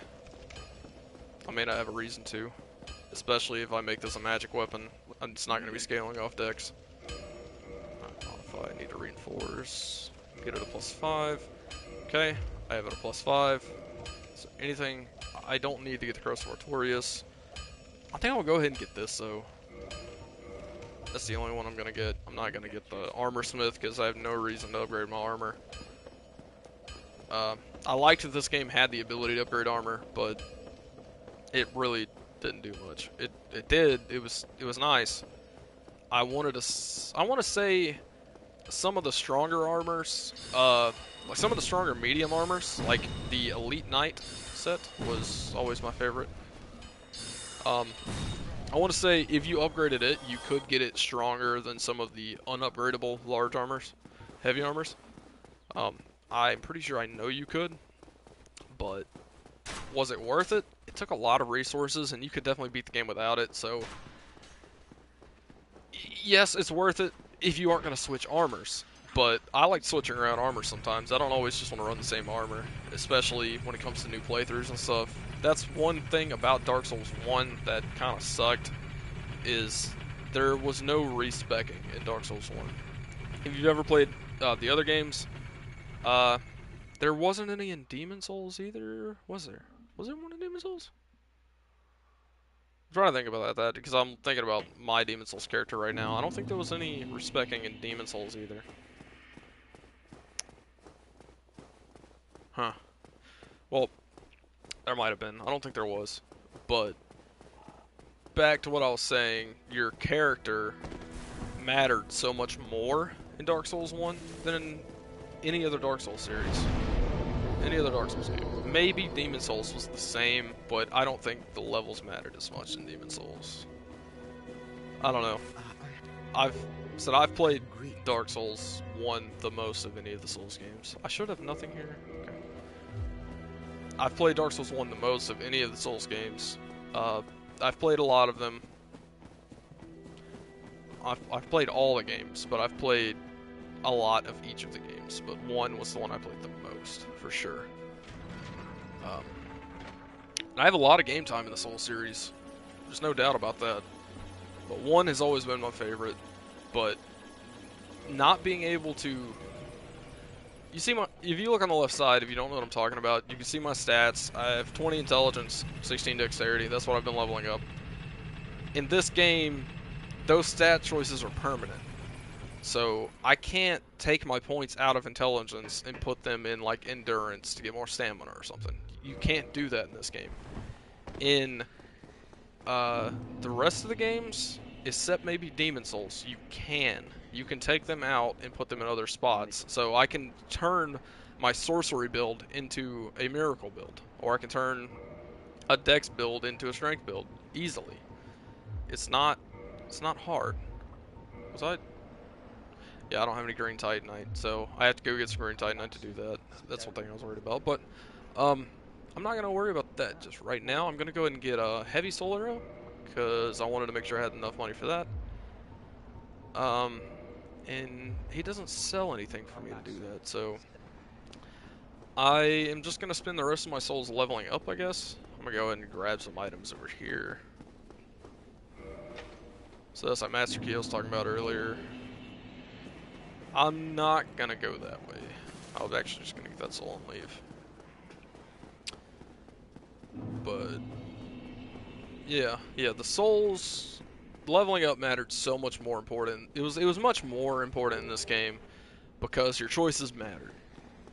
And that's one thing I don't like about the new games, but I also like about the new games because it's very convenient to be able to undo your choices and make new builds. Because normally what I like to do in the Souls games is I'll do my first playthrough and I'll be a dexterity build. Second playthrough, I'll be a strength build. And I can stay on the same character and do multiple builds. the only way to do that in this game is by doing what's called a quality build. Or get obscenely high level. But normally a quality build is what you're looking for, if that's the type of playstyle you want. And that's not what I'm going for right now. It's just hard to do that because normally in a quality build, like I would get 40 dexterity, 40 strength, 40 vitality, 40 faith, 40 intelligence. I would get 40 on every stat except resistance. 0 that if you can. Pointless stat, don't level it up. You can see it barely does anything. It just levels up if you're resistant. It's pointless. It's horrible. I don't know why they made that a stat, but no other game has. It's just this one. Thankfully, I'll say. Maybe I should go ahead and get my dexterity up some. Kinda don't want to, though. Kinda just want to level up just my intelligence. I'll level up just my intelligence right now, but I'm good at 2,000 a level. At this point, what I need to do is go to the depths, which the best way to get to the depths is probably actually going back that way. Not the way I just came from, but going the opposite way, the way I originally went. I would say that probably is the better way to go to the depths. I could go the way I just came from, but I'm not going to.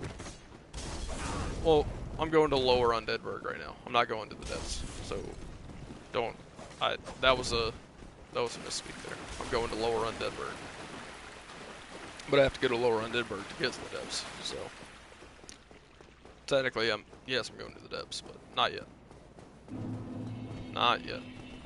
Also, should go down there and pick up some stuff. I don't know if there's anything there I care about.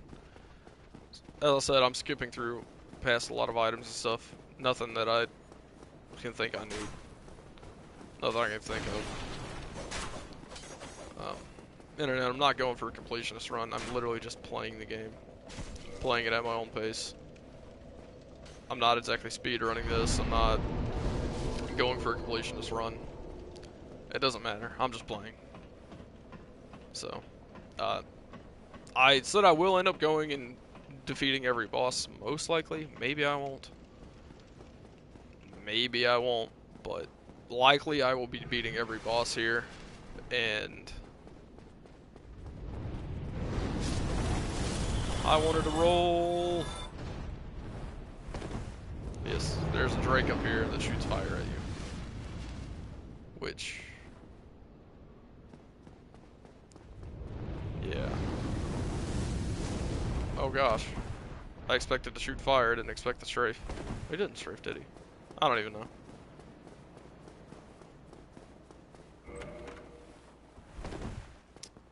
But he easily can kill you. Easily. So I don't know how much longer I'm gonna be on here. I wanted to get on for a little while at least, play this. I'm very curious. I said I kind of want to know how long this playthrough is going to take me compared to my last one I did. Because the last one I did, I kind of speed ran it, but also didn't because I could have went faster in many places. Well, we'll see. We'll see. We will see. That is all I can really say is we will see. Oh, you know what? I bought Heavy Soul Arrow and didn't put it on. Just realized that. Oh well. I don't think this should be the residence key, yeah? It's locked. I don't have the key to that. Where did I get that key? I don't know. I don't know where I got that key. Oh gosh. Did I get that one in the depths? Okay. Sunlock me.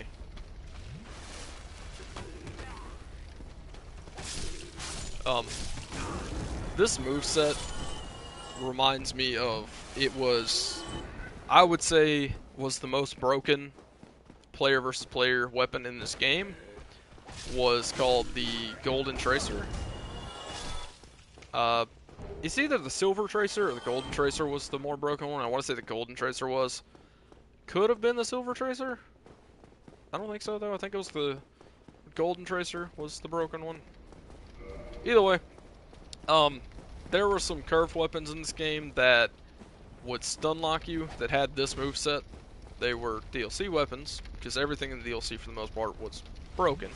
Once it came out, the meta changed drastically. But, some of them could just basically hit you through your shield and still knock you down, so. Knock, knock. Knock, knock. You aren't gonna open up for me? Okay. If I let these guys hit me, I'm likely dead. It's because they like to backstab you. And they use bandit knives, so they will likely one-shot you on the backstab.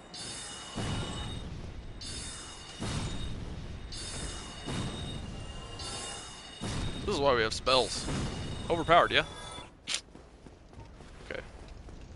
I've already used way too many Estus Flask. That's worrisome. I've used way more than I wish I would have at this point. I probably will end up not backtracking, but I'll probably end up continue forward before I fight the boss. Maybe I'll have to backtrack.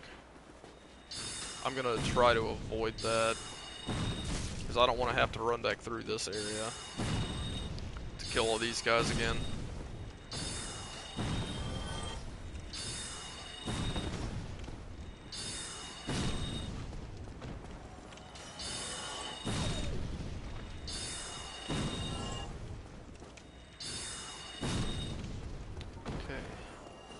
But, as I was saying earlier, if you are just now tuning into this, this is not my normal way of playing. This is different to me. I just wanted to play the game, and I was like, I want to do something different. Maybe I'll do a dex build. And then I changed that to, why not do a sorcerer build? Now, this has always been my favorite armor in the game, so I kind of want to wear it. But maybe I shouldn't, because I've used it so much. Maybe I shouldn't wear it. I don't think I can light roll. I can light roll like that. That'll be fun. Got my Leon hair that's discolored to not look like Leon, because if it was blonde, I'd look like I'm trying to be Leon.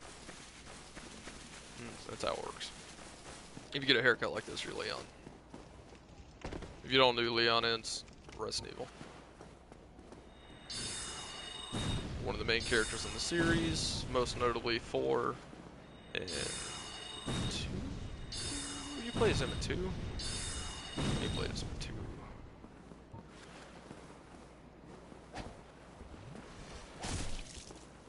2. See, yeah.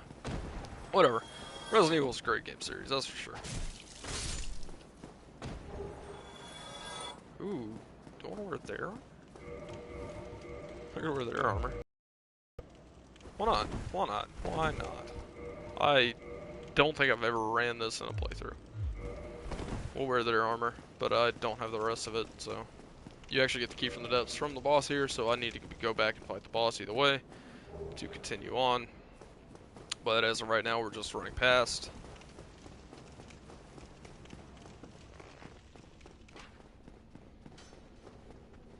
And as I said, this is not my first time playing the game, so if you're looking for someone that's never played and they're getting their first time experience, I'm not the person for you to watch right now, sorry. Look for someone else. I don't think I've ever played one of these games fresh on stream. I know I haven't. Yeah, I get upset that I'm not buying anything from you. Yeah, this is not my first time playing this game whatsoever. I've played this game just after it came out. I didn't play this game immediately when it came out. I played it just after.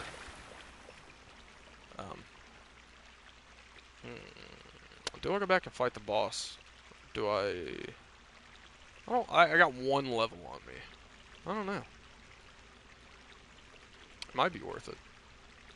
Yeah, I'll risk it. I'll go for the boss. I'll go for the boss. I got the shortcut open. I'm going for the boss. Here we go. Here we go. We don't need heals here. We don't heal. If that were true, I'd still have full heals. But, you know, we don't heal here. We don't do that. This boss is one of the easiest in the game, but at the same time, he can nuke you very quickly. You have to be very careful, especially with his dogs.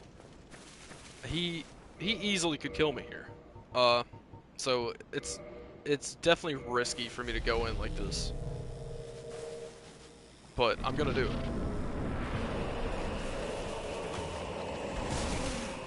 Yep, see that? You get stun locked by his freaking dogs.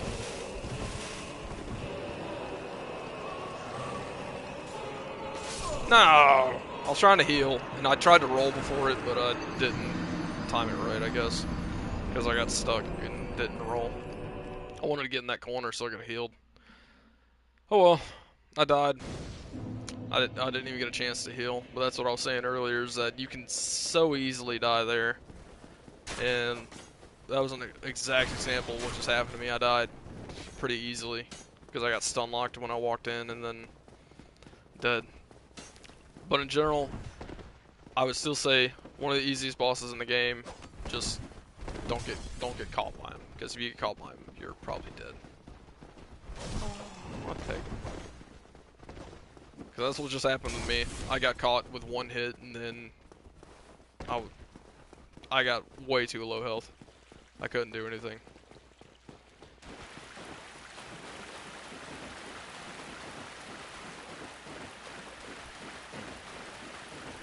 I really, man, I don't know how long this is gonna take me. I'll check my time played whenever we leave here. Maybe not whenever we, I don't know. I'll probably at least get to the depths bonfire, and I'll probably call the playthrough today for that. Maybe not, but I doubt I'll be playing this too much longer today. I'll probably get to the depths bonfire and call it. That's not a whole lot more. So I know the last time I did this, I set through the whole playthrough in one sitting. I did not plan on doing that today. I don't have the time to do that. And it takes the dedication to sit down and play the whole game in one sitting. And also, not everyone wants to sit down and watch a video that long. A lot of people, you know, they'll make their videos just short and sweet. It's not exactly what I go for. I go for an authentic gameplay experience, but, you know, some people... Crap, come on. Okay, dog, go. I healed twice. Neither time did it actually heal me. The stuff that happens in this game. And I didn't even get killed by that dog. I got killed by the boss. But that's why there's a rule in this game of kill the dogs first. That's kind of one of the known things in this game. You always do is kill the dogs first. I didn't get a chance to kill the dogs because I didn't get to swing. But it happens. Oh crap, shouldn't have rolled through there. This is not the normal pathway I would take, and clearly you can see why I normally don't take this pathway.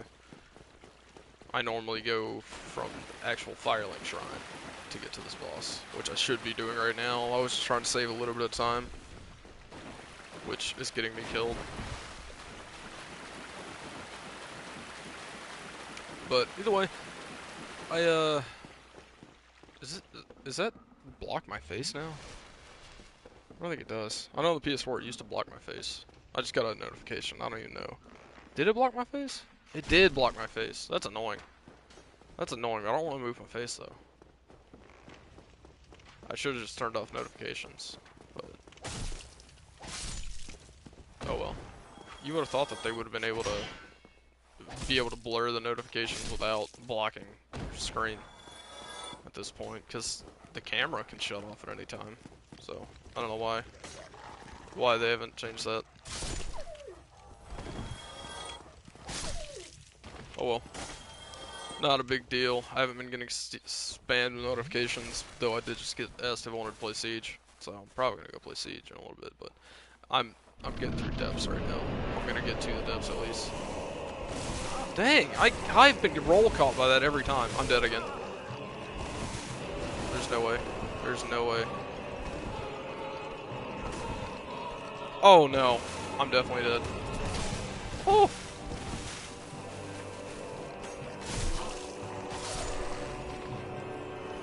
Maybe I'm not dead?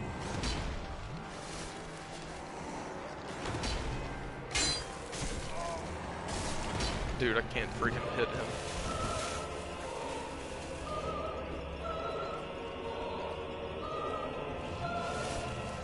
Oh, I'm out of heals? Crap. Oh, I didn't want to fall. Well, that's it for me. This is a small chance that I win this now.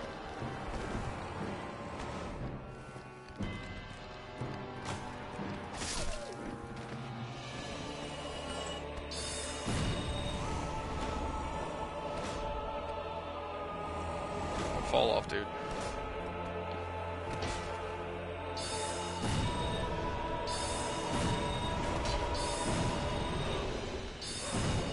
Trying to get him with my spells. Did I put on heavy? Did I put on heavy soul arrow? This is going to be how I kill him. Just cheesing this. I knew it would be by using spells though. I did not put on that spell still. I wanted to put that on specifically for bosses, and I didn't put it on. Oh well, I have to go back to Firelink Shrine here. I'm way too low. Way too low health. I can go ahead and open up. Do I just run for the bonfire? I think I run for the bonfire. I don't even think I'm gonna worry about these enemies.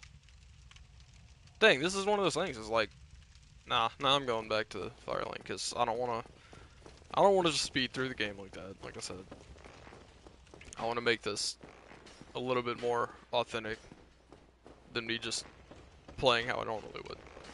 Because how I normally would have played, I just would have ran straight to the depths bonfire. But I'm gonna play it safe. I'm gonna go back to Firelink Shrine. I very easily could get hit once here and die, but I'm not gonna homeward bone or anything. I'm just gonna walk it. Even if I die here, I can come back. It's not a big deal.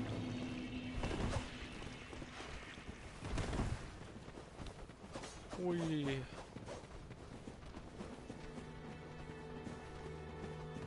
Yeah, I'm trying to think. I probably started that one, my last stream playthrough. So I played this game. I probably started it about 2 o'clock. So I spent most of my day playing this game. But you got to think 6 hours playing one game. It's not a short amount of time. So I spent most of my day playing this game, and I can't do that today on here. So I'm going to be quitting in a few minutes. But I do want to get back to this because I love this game. I just love this game. So I will probably be having to take a little bit of time to farm up green titanite shards to be able to make my weapon magic. I was trying to roll. I'm not gonna... I just don't know if I want to... how much I want to farm them, and I don't really want to bore everyone that's watching of me just running around farming the same enemies over and over. So maybe I should do that offline, not streaming, but I also don't want to... I've seen in the past where people have done stuff like this. It's this exact situation. They're like, I need to farm this, so I'm gonna not stream it so that you don't just see me being boring. And then they come back and they're 40 levels higher with everything they needed, wearing different armor, different weapons, and everything. It's like, but that's so disingenuous, I guess. It's just, it doesn't feel right. That's not what I want to do. I want this to be, you see every single thing I do throughout this playthrough. There won't be any jump cuts or anything. It'll be exactly what I did. You get to see. If you want to replicate it, you could. Why you would, I don't know. I'm not doing anything special. I'm just playing the game. My build's going to be nothing special. I'm just doing a basic sorcerer. Like, I'm not even doing like a meta build. I'm not using meta weapons or anything. If I wanted to use a meta weapon, I wouldn't be using the scimitar. I let chat decide that one. Like, yeah. I'm not going to be doing anything too special here. I'm just playing the game because I wanted to play it. And I figured I'm going to be playing it. Why not stream it? I got no reason not to. I'm playing by myself anyway. I'd probably just end up listening to music or something while playing if I didn't stream it. If that, I mean, I don't know. What the heck? Why can't that do? Some people enjoy it. I know I'm not a big YouTuber, but it's like, you know, some people enjoy it. And thank you. I'll thank everyone that joined here today again. I'm not gonna be on too much longer, but I appreciate it. I appreciate it. How should I play this? First, gonna kill that dog and kill the butcher. Okay, that is one problem with sorceries like that is they can miss so easily. I blocked that.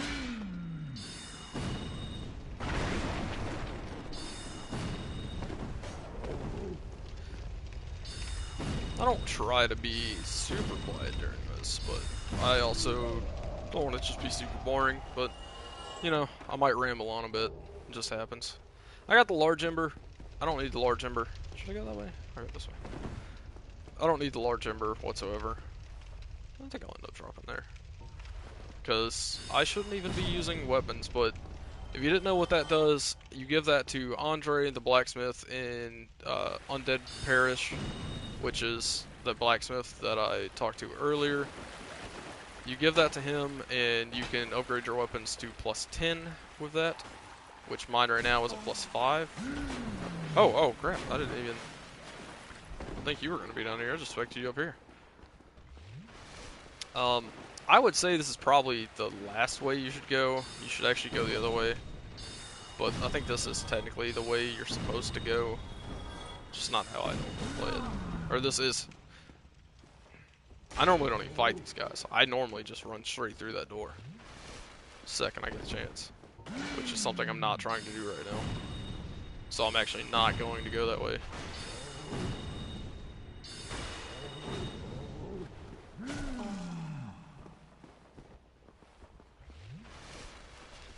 Sometimes you just gotta be quiet to focus a little bit.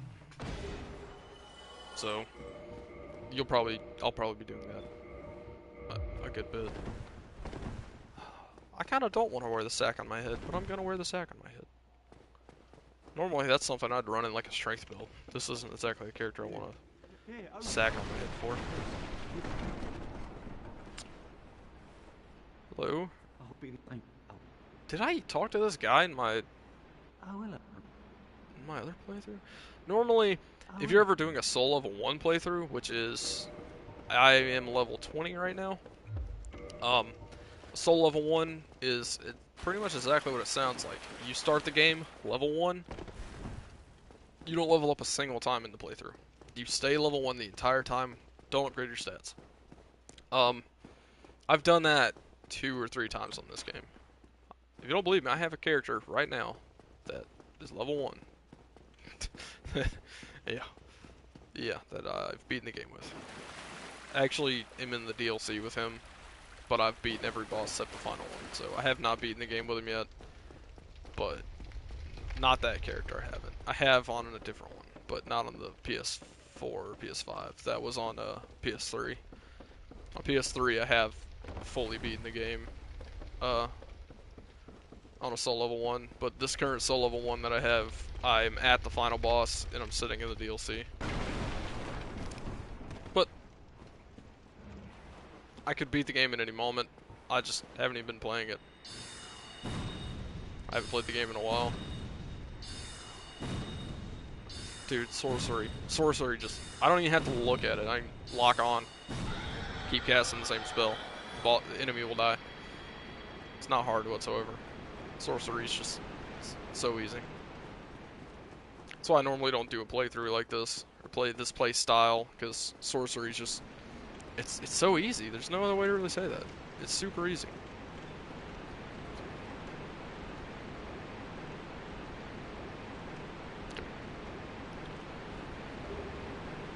Spider shield. I might run that. I don't know. I don't really expect to be needing it.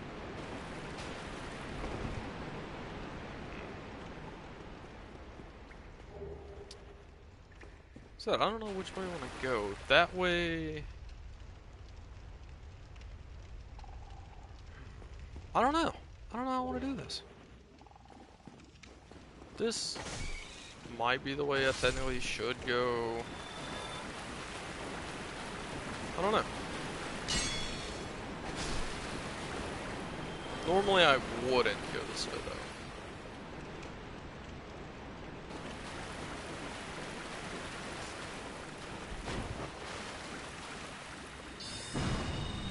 Oh yeah, magic does nothing to him either. Okay. Slime's the best way to kill them was with fire. I was trying to roll, but I definitely just got stuck.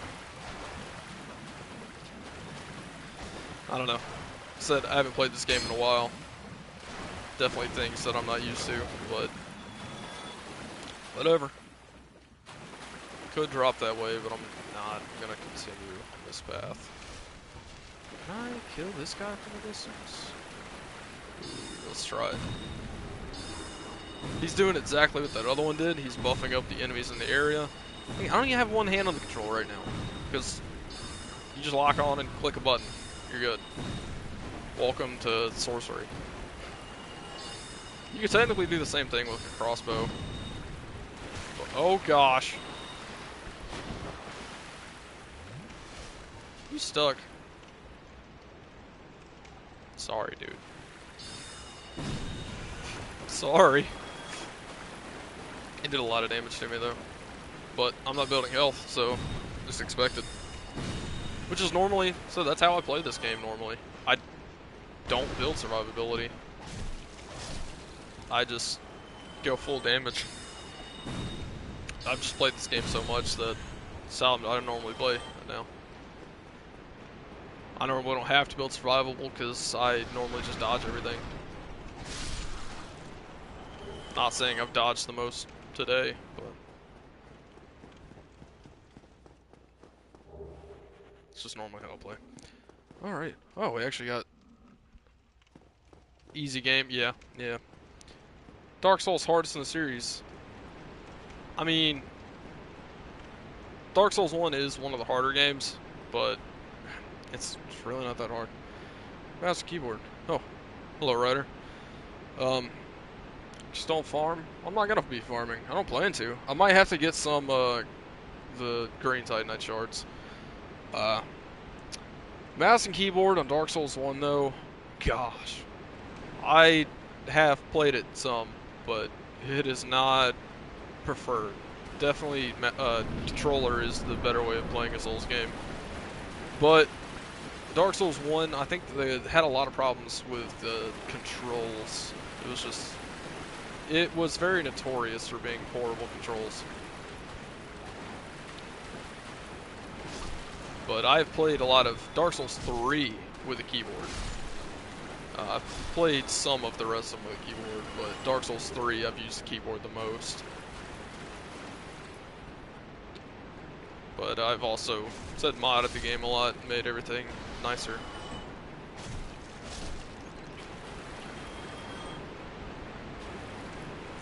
Okay. Well, I'm about to be getting to this bonfire, so I can go and use the rest of my spells, not having to worry about it. Maybe I'll go ahead and finish off this area. I probably will. We'll see. Probably at least finish off this area before I get off. Yeah, I'm gonna go rest of the bonfire. Maybe I can get some... Don't hit me, sir. Ow. Just told him not to hit me and he hit me. That's pretty rude. Light this bonfire. I can go ahead and level up because I got no other thing I need to do with my souls. Let me go with the tune that spell I bought earlier because I still forgot to do it. Let's go ahead, get my intelligence to 28. I do have some souls I could crush, just don't know if I want to. Should I crush souls and go ahead and level up? Hold on. I don't think this is going to be enough to level up. I don't remember how much these give. 3,000? Yeah, I got enough right now. Unless I'm just short. Oh, so 29 intelligence. I'm going to go ahead and hit 40 intelligence. I'm going to push it to that. Once I get 40 intelligence, I might hit dexterity again. Maybe I'll get a 20 attunement. The biggest thing is attunement doesn't give you a slot every level. It actually takes several levels to get a slot, so it may take me several levels till I'm actually able to upgrade my sorcery slots. But I don't have enough spells right now for it to matter. I'm gonna run straight through because I know that those guys are up there. Oh, I didn't want to lock on. Dang it. Okay. And then these guys is literally just hitting them over and over until they die. And don't let them hit you because they can actually hurt you pretty bad.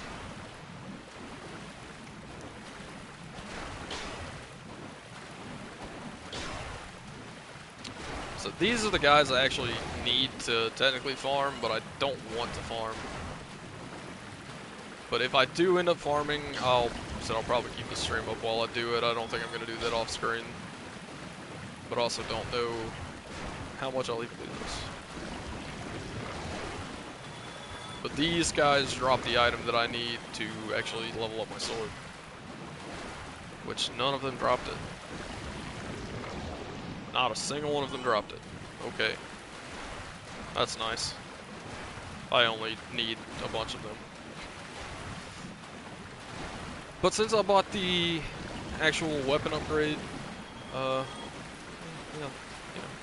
that's great. None of them dropped it.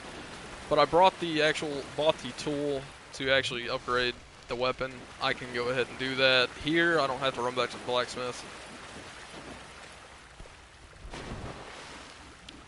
You ain't tricking me. And if you remember, there was a door I ran to earlier, opened up, and said that is the way I'd normally go. I am now on the other side of that door right now. That is the other side of the door. So I'll step up there so you can see what I'm talking about, but great, still nothing.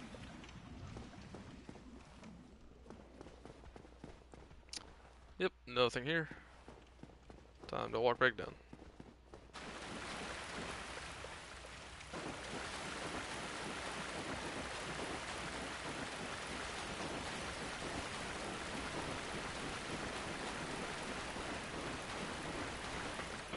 Got no reason to go rest right now. Only down here. Did I have to open that one from the other side? I think I did. Okay. We are going back the way I came? Yeah, we're going to go back the way I came now. Probably what I should have done in the first place instead of going to the bonfire. Normally these rats, they are actually the best way of farming humanity in this game, which if you don't remember what humanity is, it is the little icon at the top left. It is that one. Those are consumables, and that is actually how you turn human. Some weapons actually scale off the more humanity you have, the more damage you do. There's tons of things that are more in depth about it, but for the most part, that's all that matters. Should I do the jump? I'm doing the jump. Here we go. Did I need to do that? No, I didn't. Did I do it? Yeah, I did it. Happy? I did it. Let's see. Let's go that way.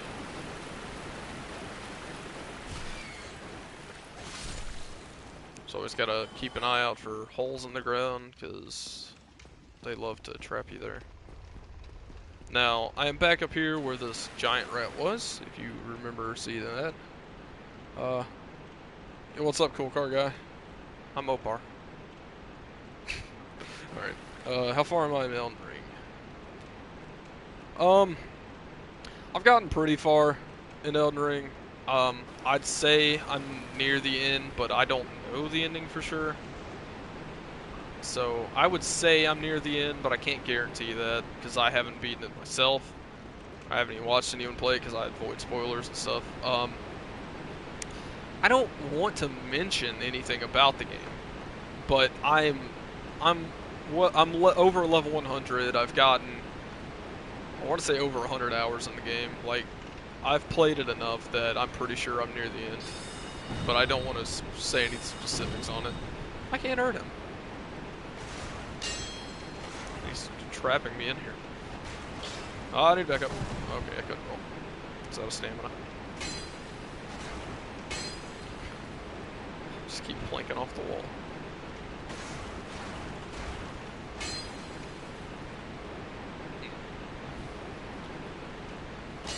I'll kill him eventually. Alright. Now we're gonna head back down, and we're gonna explore this area, and then we will go even further down to the next little area. What am I doing to these guys?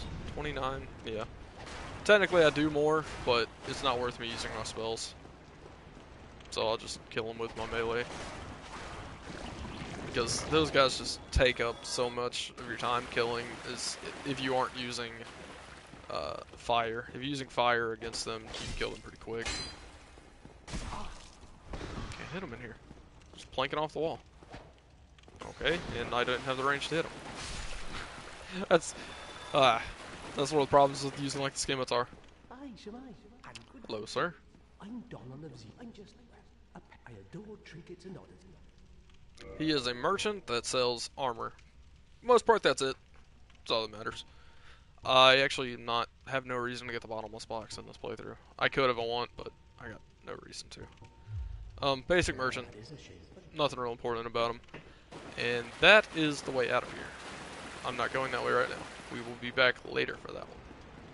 Gonna go and heal up, but let's see. What's your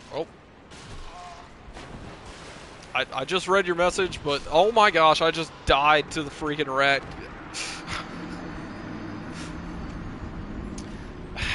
Okay, let me get back to reading this message. Because I was trying to read. Personal pros and cons so far. Are you asking about Elden Ring specifically? I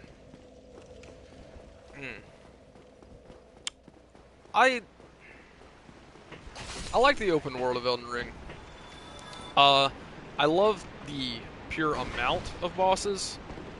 A lot of the bosses are... I don't want to spoil anything about the game. A lot of the bosses aren't super unique.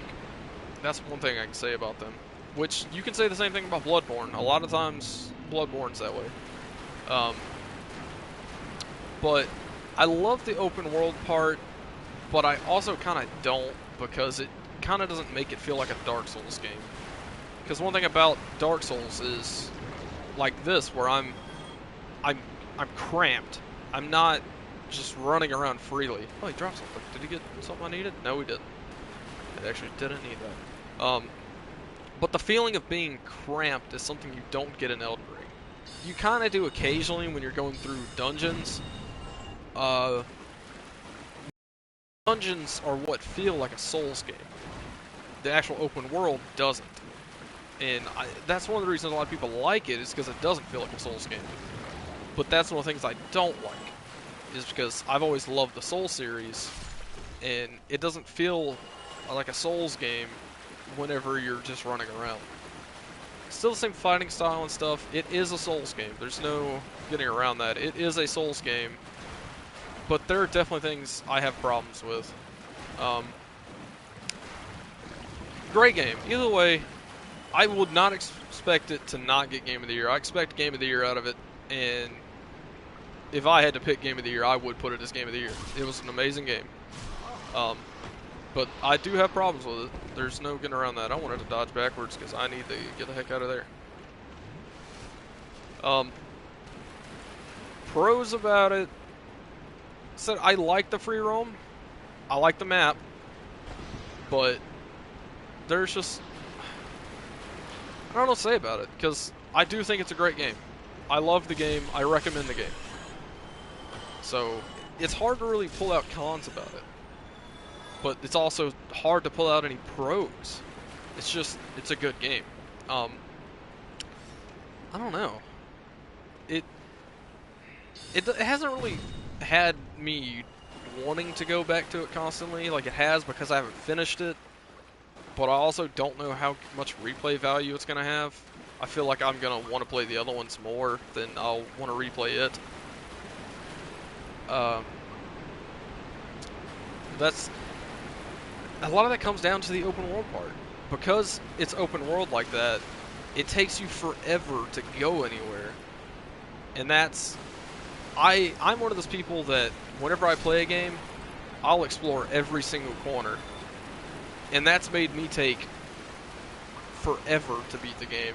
Whereas a lot of people that I've talked to and stuff, they beat the game and like a quarter of the time that I've taken to beat it, and I haven't even beat it yet.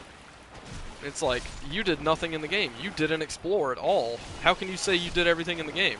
I've done way more than you. I'll tell you stuff you didn't even know about the game. And you've beaten it several times. I haven't even beaten it yet. It's like, I see that as a split in the community, I guess. There are the people that actually care about the game and want to play it, and then there's the people that just beat it. Like, they'll beat it just to have the bragging rights of saying they beat it. And that's not what I am when I play these games. I don't beat it just to say I beat it. I'll beat it to do every single thing in the game. And I'll end up running multiple playthroughs and playing completely different. Where I've talked to people that's not how they play, and I don't like that. That's not necessarily a problem with the game, that's a problem with the community and the new players to the community. Because I'm sure most people that played the Soul series in general, the older ones, they would feel more how I do, because they care more about the old games. Let me look at some of these other comments now, see what we got. Yeah, Bloodborne does have interesting approach. Yeah, Turtle was a... What? Okay, first off, you're probably talking about spoilers. I don't know what you're talking about. Maybe. I don't know what you're talking about. So, please don't bring up spoilers in the game. I'm assuming you're talking about Elden Ring, which... Yeah, don't be talking about spoilers. Most people probably haven't even played it that are going to be watching this. Which is, again, I was trying not to spoil a single thing about the game, but I kind of have to when you're asking me for basically a review of it. Which, again, I haven't beaten it. I don't know everything about the game. But I've done every single thing I have found hidden and stuff. So, that's all I can really say about it. I don't want to spoil anything about it for anyone else. And I know that I wouldn't want anything spoiled about it. And whatever you just asked me to comment on, I believe would be a spoiler. Differences between Bloodborne and Dark Souls. I did not mean to heal. Whatever. Bloodborne, there is one of the play style is a good bit different. You do the same thing and everything. You're walking around, same equipment system. But in Bloodborne, you have limited healing supplies. You have to actually farm them, which is a lot closer to Demon Souls instead of Dark Souls. Because they're an actual item you use. So that's one major difference between the Dark Souls series, or Dark Souls series and Bloodborne. I guess what you asked, yeah. But the biggest notable difference is the lack of a shield. There are 2 shields in the game. One of them is DLC, one is not DLC. One is base game, is what I'm saying. And the shields don't work in Bloodborne. They're basically there to troll you of the fact that they don't have shields. Because if you look at the stats right now, I'm going to pull up my shield I'm using. This is not the best shield. It's a really lightweight shield though. But you can see it says damage reduction, physical, 93. That's a percentage. 93% of physical damage is blocked by my shield. In Bloodborne, the shield is like 10% damage blocked. It is unusable. I will say the DLC one is good. You can actually use it as a shield. But in the place of a shield, they give you a gun. You have a gun in the game, which you can see whenever I hit my left trigger right now, it parries, and that is to perfectly time a hit. It'll block it and give me an opportunity to get a free attack on them. That does a lot more damage. But in Bloodborne, that parry is replaced with what's called a Visceral Attack. And you take your gun and you have to shoot it at the exact time they're hitting you. It's the same thing as the parry, but it's just you can't spam it because you actually have to use bullets, and you can't block. You have to shoot. So there is no blocking in that game. And also the weapon system is a good bit different. I'd say that is the biggest difference, is the weapon system. Dark Souls 2 and 3 kind of had their own play on stuff like that, but my favorite weapon in Bloodborne was called Ludwig's Holy Blade, and it would be a sword that kind of looked how mine is right now. I mean, this is a curved sword. It's actually just a straight long sword, but it would take this sword like that, and it would have a large hilt on the back, or not hilt, what the heck do you call that? Not the hilt's, okay, a big sheath on the back that you put the sword into, and then when you pulled it off your back, it was a giant, two-handed greatsword, instead of the short sword you had, the long sword you had. It turned, each weapon had different forms, basically. Like one of the starting ones is the threaded cane. It's literally a cane. You walk around with it, it's a cane. But then if you hit your alternate button, it turned into a giant chain, pretty much, that you swung around. It was a giant bladed chain that you swung instead of a basic cane. Each weapon had their own unique things they changed into, which was something that was really cool about the game. That was the most unique thing, is the fact that all the weapons could change. Was it that used? Not necessarily, because most of the time you would just find the form you like and you would use that one form. But it was unique to the game, and it was definitely cool. Dark Souls 3, they kind of added some of that stuff in with the weapon art system, which Elden Ring expanded on the weapon art system. It's still technically the same system as Dark Souls 3, but Elden Ring has the most unique weapons, I guess, because of that. But I don't know. I would say Bloodborne has the most unique weapons in general. As a weapon system, it is the coolest weapon system, but they tried to mix it with Dark Souls 3 to make Elden Ring, I would say. Yeah, that's probably the best way to say that. And I've still yet to get one of these green shards that I need. That I was saying I needed. I've yet to get one of these things, so trying to get them, but I've yet to get them. What is that rat doing? Just okay. Oh gosh, you can quit. Let me block. Oh gosh, I wasn't expecting another one. I really should have turned up my gain, I guess. The game is a little bit quieter than it should be. But, ooh, I should go turn human real quick. I'm gonna step back to the bonfire real quick. I'm going to turn human, and then I'm gonna come back down. Let's see. What else are we saying? Which weapon system are you more comfortable with at this point? I mean, I'm most comfortable with the Dark Souls 1 weapon system, but that's just because one I've played the most, if that's what you're asking. Well, another thing in Bloodborne that was a bit different is, because, yeah, I mentioned the parry system, but the backstab system. Dark Souls 1 had the most prominent backstab system, which I love to backstab. That's, it's such a clean way of getting kills. It's very easy, which is very cheap. That's one thing to say about it, is, especially in PvP, player versus player, backstabbing can be very rude, I guess, very mean, because it's so easy to kill someone that way that it can be seen as unfair. I shouldn't take that many souls. Dang. I might just use the rest of them. Yeah, I'll go ahead and use enough to at least level up again. But I'll have to show you what I'm talking about in a second. The backstab system in Bloodborne was pretty non-existent. It was there, but it wasn't as easy to pull off as the rest of the games. Am I going to be just short? Yeah, I got to take another shot. 200 short. That'll be fine. I'll level up off of this one, and then I'll be good.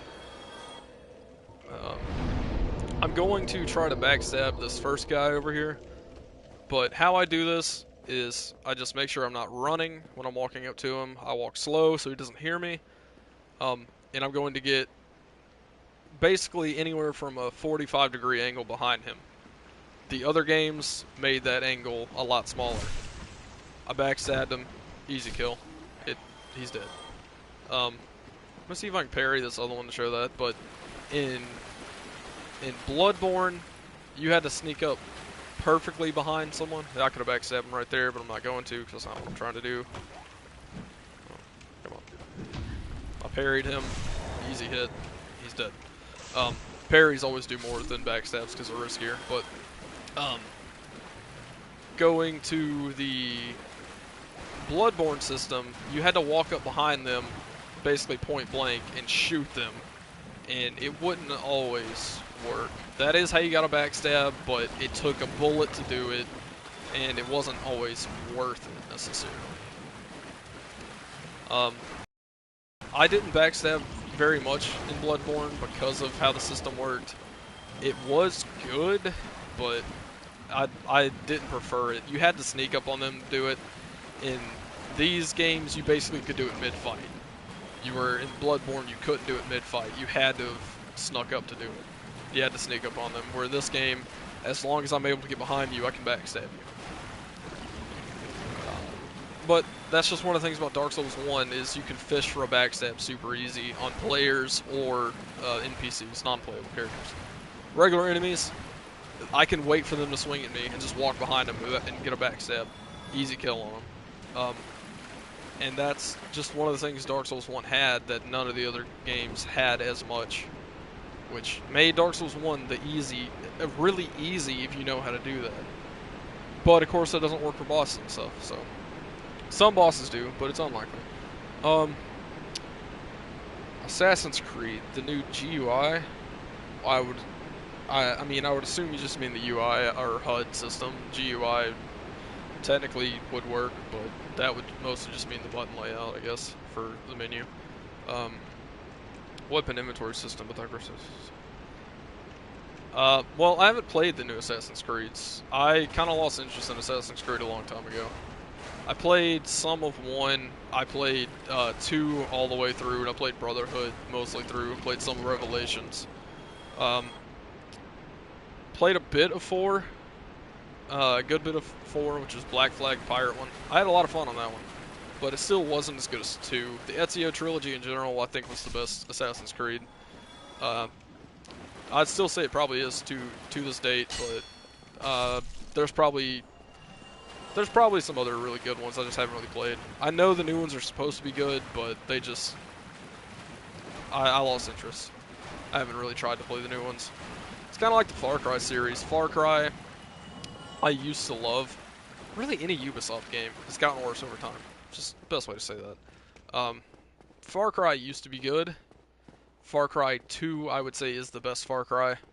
Then Far Cry 3. Any of the ones after that, I didn't care about. I literally went back so I could turn human. I didn't turn human. I went back to turn human and I didn't do it. Do I go back and turn human, or do I just go for the boss without a help? I can do it without help. It would be nice to have the distraction though, especially since I'm going to be trying to use magic. Revelations is underrated. Yeah, definitely was. I haven't played Origins or Valhalla. Black Flag said I liked. Far Cry said I liked Far Cry 2. Far Cry 2 and 3 were good. No. I believe every story is different in Far Cry. I don't think any of them go together. I believe they're all different. It's just like the Final Fantasy series. Final Fantasy, every game is a new story. I believe that's how Far Cry is, unless some of them aren't. I don't know. For the most part, it's the same way with Assassin's Creed. Every game's a new story, but there are links in the... Yeah, I would say for the most part, you're probably good. You're probably good to start at any of them. But I would start at 2, but I don't think it'd live up to today's expectations. It's probably too outdated, I guess you could say. Alright, let's go for this boss. I'm gonna try... I never fight this boss with range. I always melee this boss, so... I don't know how this is gonna be for me. But yeah, in general... I would say that Far Cry 2 is the best one. Far Cry 3 was really good. But, yeah. I don't know. Far Cry 2 was really good. But 3 was good. There was just a lot that the newer games don't have that made the series popular, that people liked out of 2. I was trying to look at the comments, but I gotta start this fight. Far Cry 2, it was a really good game, but there was a lot of stuff that was realistic in that game. A lot of it was very exaggerated, but you didn't see it in any other game. Like in Far Cry 2, oh crap. In Far Cry 2, if you like ran up to a ladder, you would like slide down the ladder. If it was a wooden ladder, you'd come out with like splinters all in your hands. You gotta sit there and pick the splinters out of your hands. If you're sitting there running around, you run through a bush, you might run through a rose bush and you gotta pull thorns all out of your hands. You can like drop off a fall and break your legs. And okay, I got one shot. You can like, if you're at a large height or something, you'd fall, you'd have a bone popping out of your arm or something. You gotta try to snap it back in place. There was just an insane amount of stuff that made Far Cry 2 such a good game.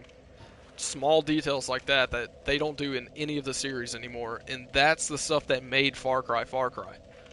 And I think they've gone so far off base that just made it not as good of a game anymore. Let's see. Stranded on an island. Could never figure out. I would assume that was 3. If you're talking about stranded on an island, I'm assuming that's 3. Far Cry 1, I think you actually might have been on an island like that. I know Far Cry 4, I don't know. I would say 3 is probably the one you're thinking of. Far Cry 2 was in Africa. Yeah. You had to worry about, I think it was malaria and stuff. You had to worry about a bunch of diseases. And you had to get shots and stuff. I didn't know Far Cry 5 and New Dawn were connected. I had no clue about that.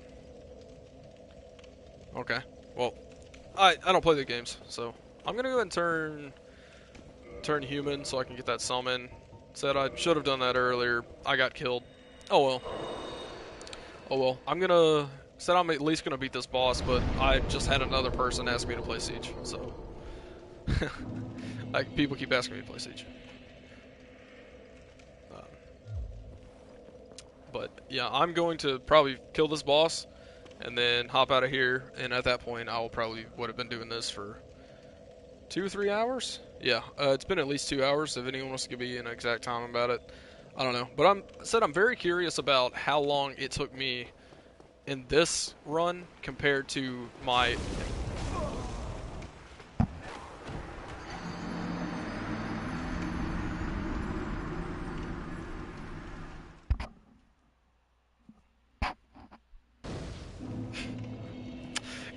every boss run. I wonder how long this one took me, because I'm over 2 hours in, and I would say that 2 hours in on my other run, I think I was a lot further than depths, but I also ran the map a bit different, and I was doing more of a speed run than where this is. I was just playing. All right, let's see. Yeah, I'm curious, because I'm going to probably have to cross-reference that myself after this. And because I know it took me just over, it was probably 5 hours and 30 minutes, something like that, to beat the game on my one sitting every boss, which I said I did about 3 months ago. If you haven't checked it out, if you're interested, you want to see every single boss done with a strength build. I did that in one sitting, but I didn't have face cam on. I also didn't have a microphone on. I occasionally said something in there, but that was just my controller speaker. I wasn't planning on talking. I just did it occasionally. Come on, Rat. Should have healed. I should have went with my original plan and just kept backing up until I got up here. Yeah, if you're interested in seeing every single boss in one sitting, go check that one out. I've talked about in the last one that maybe I could come back and do the same. I'm bringing a rat with me. Okay. Maybe I could come back and do the same with Dark Souls 2 and 3. But this is the one that I've known the best. This is the one that I knew I could do it with. 2 and 3, it'd probably end up being just as slow as this run. And I would just, one sitting probably would not happen. I think I'd take it way too slow, because I just don't have as much game time in those, near as much. Where this one, I know the in and outs of most of the stuff in this game. I can just run through it without any guides or anything. I just go, and I won't miss anything important.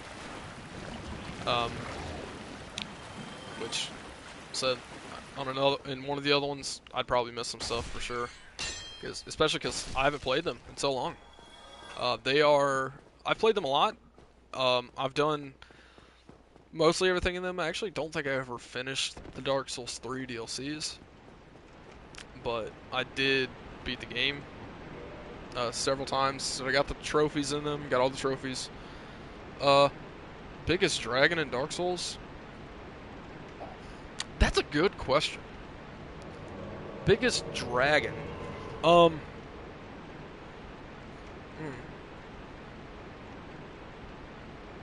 That's a good question. 2 and 3 had a lot of dragons. 2, I think, had the most dragons. Dragon. That's interesting. 1 didn't really have dragons. It had one for sure. In it had drakes. Drakes. Okay. Now that is. I don't expect you to make this clarification, but you are saying dragon. I assume you just mean any type of dragon, dragon kind, not specifically a dragon, because technically, there are barely any actual dragons in Dark Souls. But like Dark Souls 1 has a bunch of drakes, and I think there might be a wyvern. I think there might be some wyverns, but I assume when you say dragon, you just mean any type of dragon, as in worms, wyverns, drakes, well, dragons. There's just so many different types, so I'm assuming you just mean any of them. I would say probably either the DLC of Dark Souls 1, there is a dragon in there that I believe was big. I believe it was a pretty big dragon, but honestly, Dark Souls 2 might take it. I think they have the ancient dragon might take that. I'm not sure, though. That's a good question. I'd have to think of every dragon boss, because that's just not something I ever thought of.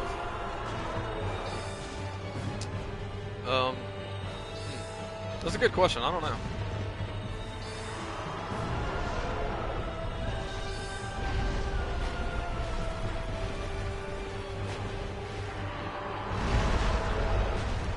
Yeah, I'd probably say the Ancient Dragon in Dark Souls 2.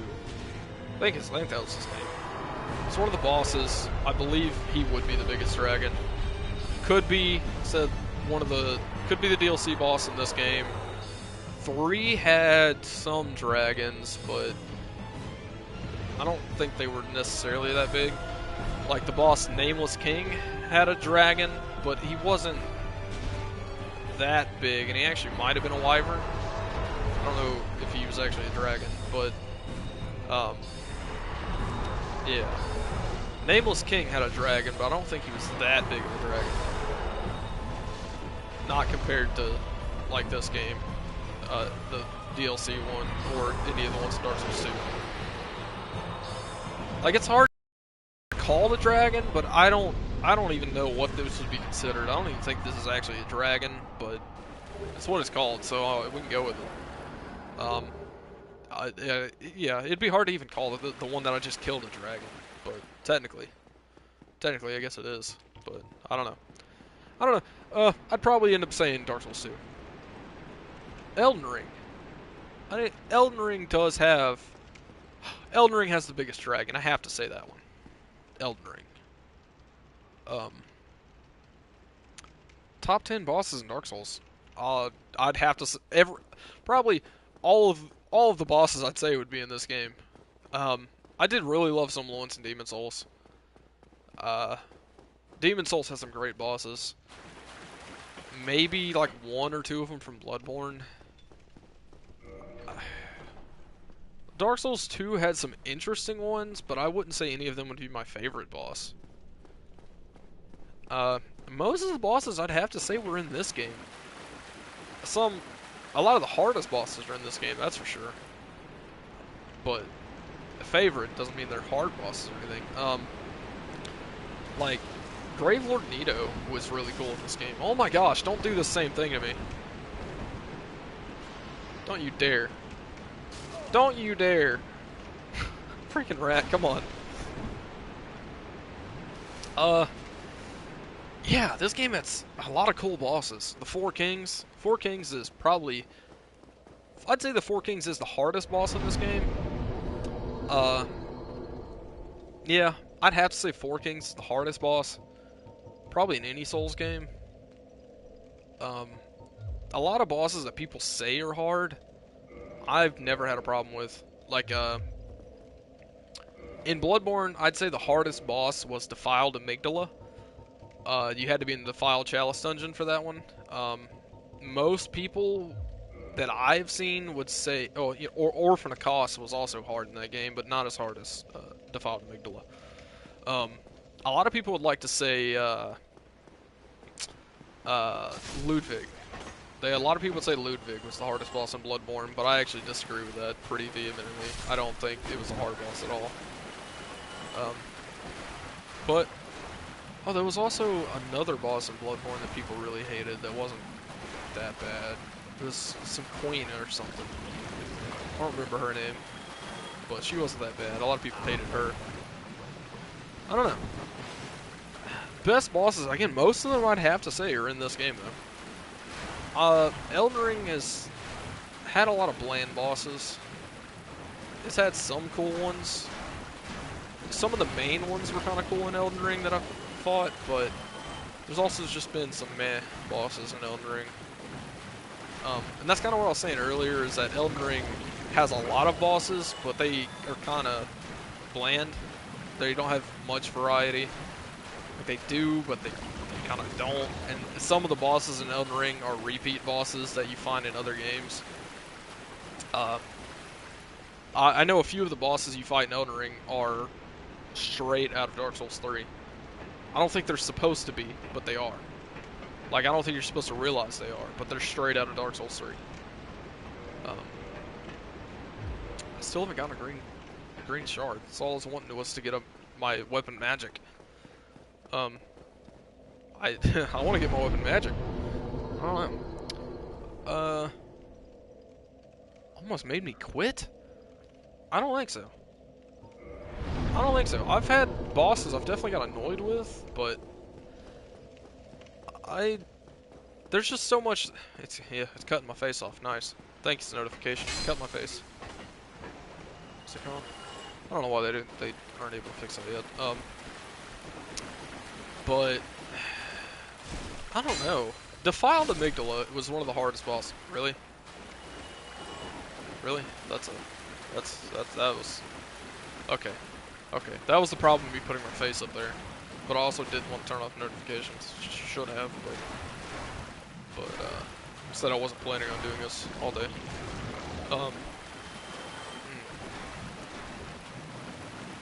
I don't know, because Demon Souls didn't really have any hard bosses that were that hard.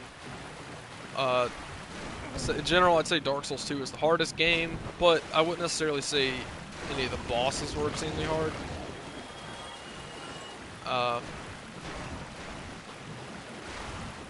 No, the thing that makes me aggravated in games isn't difficulty. It's when something's not fair. It's when you have no chance. That's when I get mad at a game. It's not that something's just hard. It's that something you literally can't dodge. That's what will get me annoyed. Where you have zero chance of dodging, or no matter what, you're dead. Like, there's just some bosses in games, you can be fighting them and stuff, and they may have a whole lot of health and stuff, and they're what you call DPS test. If you've never heard that term, you literally are having to dish out enough damage before a certain amount of time passes. If you don't do it before the certain amount of time, you die. That's the stuff that annoys me, is not necessarily DPS tests, because normally they're easy bosses. They just have a certain time you gotta kill them by. That's not exactly what annoys me. It's the fact that they have that guaranteed kill. No matter what, you will die at this point. Those are the things that bother me, and it's not about a boss having that, it's about him being able to spam stuff like that, or just use it at any time. Or just things that are literally unfair. As a player, you can't stop. That's what makes me mad at a boss. It's not about it just being hard to dodge or having a lot of health and stuff or doing a lot of damage. It's just stuff that's literally unfair that you can't control. That's what makes me mad at a boss, because it's just seems like an oversight from the developer. It's like you shouldn't allow that to happen, because then it's just not fun.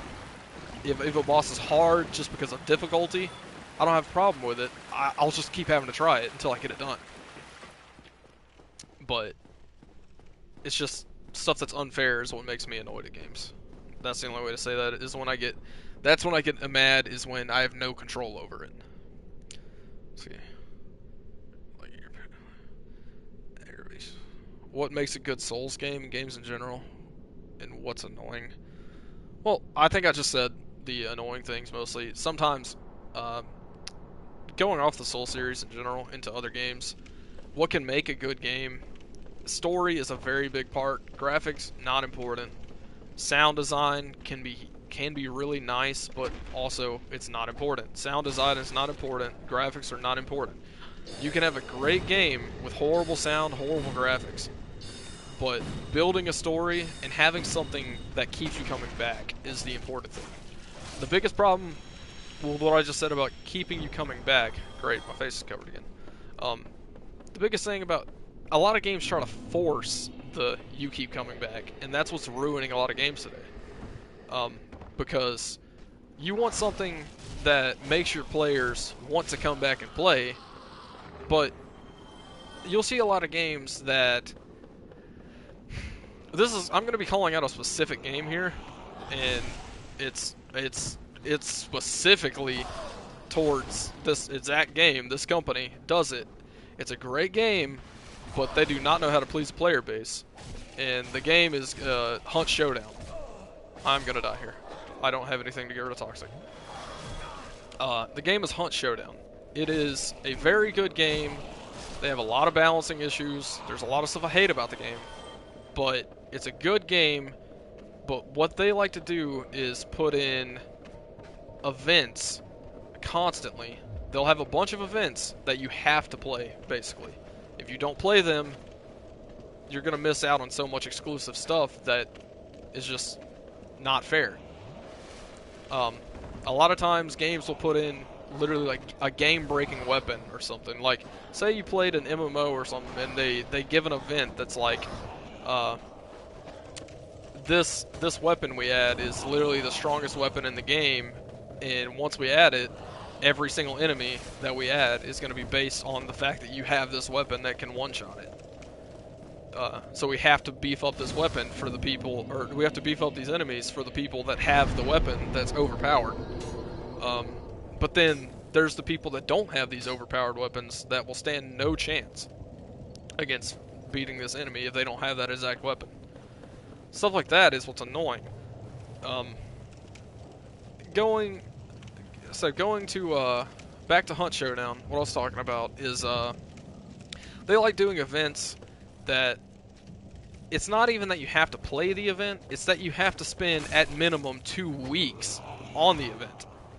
And so they expect you to play only that game for 2 weeks. They don't want you to play any other game. And so they make this event ridiculously hard to finish, just based on sheer play time. Not difficulty, just you have to dedicate a whole week at least to finishing it. And that's the stuff I hate in games. But that's what I'm going back to. What makes a good game is having the drive for someone to come back to play your game. Which is one thing I like. A lot of my favorite games right now do something like that. One of them is a shooter that a lot of people know of. It's definitely gotten in a lot of light recently. It's gotten pretty big. It's not as big right now as it was a few months ago, I'd say. But a game called Escape from Tarkov. One thing they do is every about 6 months, they wipe your game. You're back at level 1. Everything you had is gone. It is like you bought the game new again. A lot of people look at that and say, I hate that. That's horrible. Why would you do that? What I look at by it is every 6 months, it's a fresh start. Everyone is back on the same playing field. There's not that one guy that has that one weapon that will always win. Going back to what I was saying earlier about sometimes games give out this one weapon and everything's balanced off that of people having that one weapon. This game Tarkov, there's no such thing as that one weapon. Because even if you did get a weapon that made you super good and you won't, you'll be able to roll through everything like it's nothing. In the next 6 months, that weapon's gone. You don't get that weapon back. And so you're back on the same playing field of having nothing, just like everyone else. And that's one of the things that I think draws attention to that game, is you can go play it for 2 months straight, and you'll get really high level, you'll have everything you want in the game, and you feel like there's nothing left for you to do in the game. And that may be the case. You may have nothing to do in the game that is actually rewarding for you. You have nowhere to progress. And that's fine if you do it how they do, to where if you wipe the game, if you delete everything, they're back at square one again, and they have to level up again. But how they do it is they add in more stuff to where it's actually worth you replaying all this again. But the original, or what I was going back to, I guess, progression. You have to have something to look forward to in a game, and if there's nothing for you to look forward to, you're not going to go back and play it. So progression is definitely one of the important things about a game, something to look forward to. Because you can't have, I'll call out another game like Destiny. Destiny had a lot of potential. It was a game that, Destiny 1 was a good game. They added in a bunch of stuff you could look forward to doing, but then they fell into that trap of you have to play the same thing over and over again to get any progression. If you don't do this, you will not progress. And that's a thing that kills games. A game that's exactly in that scenario, that they always make it back to the same scenario, is Warframe. Warframe is a great game, but if you don't play for 2 months and you come back to the game, you have to play the most boring stuff in the game and farm it over and over and over, doing the same stuff constantly just to catch up to the people that did it, that played a month or two ago. And so you can't get to the new stuff because you haven't done all the old stuff. And it's not even about not doing the old stuff. It's like, even if you don't enjoy this specific thing, you have to do it to get to the new stuff. And it's like, that's not fun. That's not rewarding. And that's a progression thing. You're not, if you feel like you're stuck in the same loop of doing the same boring thing, you're not going to want to get to the good stuff because it's not worth it. And that's a problem with Warframe right now, and one of the reasons the game's kind of died over the years. It's because the game is an infinite loop of you got to do the boring stuff to be able to get to the new cool stuff. Okay. Yeah, you should never be obliged to play a game.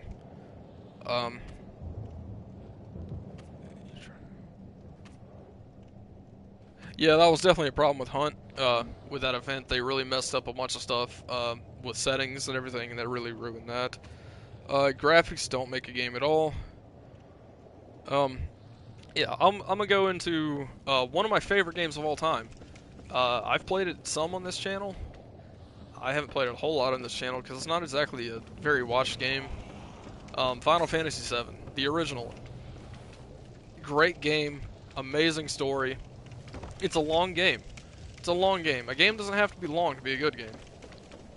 But there's so much to do in that game that I am always looking forward to doing something on it. Even if I haven't played the game in a few years, I'd hop back on and just be able to pick it up and play. Game looks horrible. It's a PlayStation 1 game. It looks horrible. The sound quality, there's basically no sounds. It just has music playing in the background. Like, there's no voices when people talk, but I can still get interested in what they're saying, even though it's text-based. It just depends on how you build the game and build those characters. If you have a good story, you're gonna have people coming back and play. But that's the difference between playing an online game and playing a story game. Just in general. Story games I normally like better. I normally like playing RPGs, role-playing games. Which Dark Souls is kind of a... Dark Souls is different. is one way I say it. Okay, I just died. Dark Souls doesn't have much of a story. It doesn't have much to look forward to, story-wise, because you don't really get attached to any characters. There's nothing that really, story-wise, draws you to the game. Almost everything in the Soul series is hidden. You actually have to be very detailed if you want to find out about the story. You got to learn everything about it, which is a problem for a lot of people. That's why a lot of people don't like the Souls games, is because they don't see a story in it. There's nothing that gets them interested. Which, I said, that's a big problem for a lot of people in this game. Oh gosh, I just fell. I tried to roll and I just walked off. Yeah, a lot of people don't really like the story in the Souls game because it's pretty non-existent.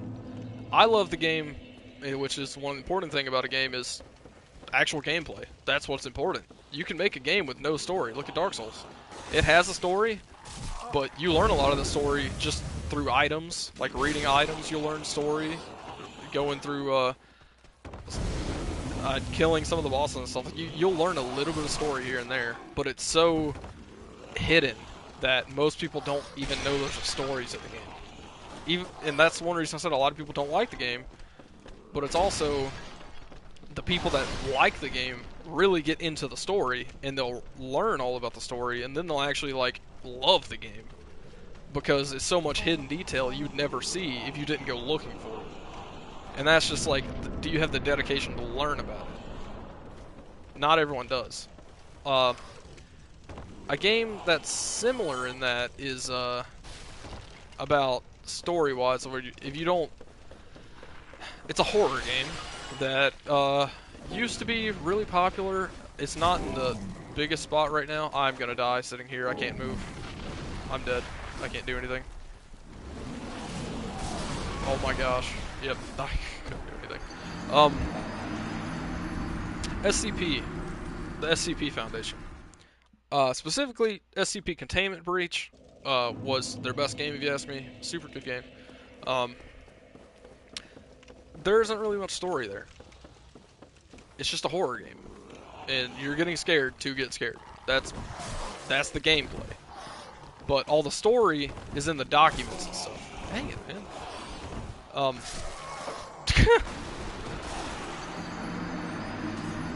I'm gonna keep constantly dying. But all the story is in the documents and stuff online. The SCP Foundation in general is a bunch of what do they call those? Creepypastas, I guess you could say. If you don't know what that is, I mean,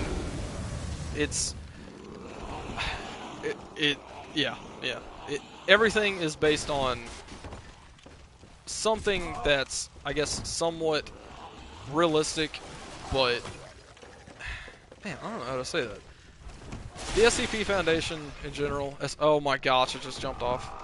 I need to pay attention to this. I need to pay attention. I'm just gonna keep dying by falling. There's just all the story in SCP is kind of like Dark Souls. To get the story, you have to actually pay attention to every single detail, or you won't even know it has a story. Oh my gosh, dude, this dog bites me every time. But if you're ever interested in the SCP Foundation, said horror stuff, it's online. You can find it. You can look it up. But it's a bunch of, say, everyday items sometimes that they have like a demon possession or something. You don't know what it is. It's just like there's a rock. There's a rock. I don't remember what the SCP is for the rock, but just, oh my gosh, I just died again because it rolled when I was trying to run. I was holding the button to run and it rolled. Oh my gosh, I need to pay attention to this. I'm just gonna keep dying. This is ridiculous how many times I'm gonna die here. This is why I hate Upper Blighttown. But Blighttown is the most hated area in this game, but mostly it's Lower Blighttown. But I hate Upper Blighttown way more than I hate Lower Blighttown. Upper Blighttown is horrible. Oh my gosh, these freaking dogs. But, there's a rock, and it's basically a sentient rock. You wouldn't know it's sentient or anything. It's a rock. It doesn't talk or anything. It's a rock. But you know, you look away from the rock.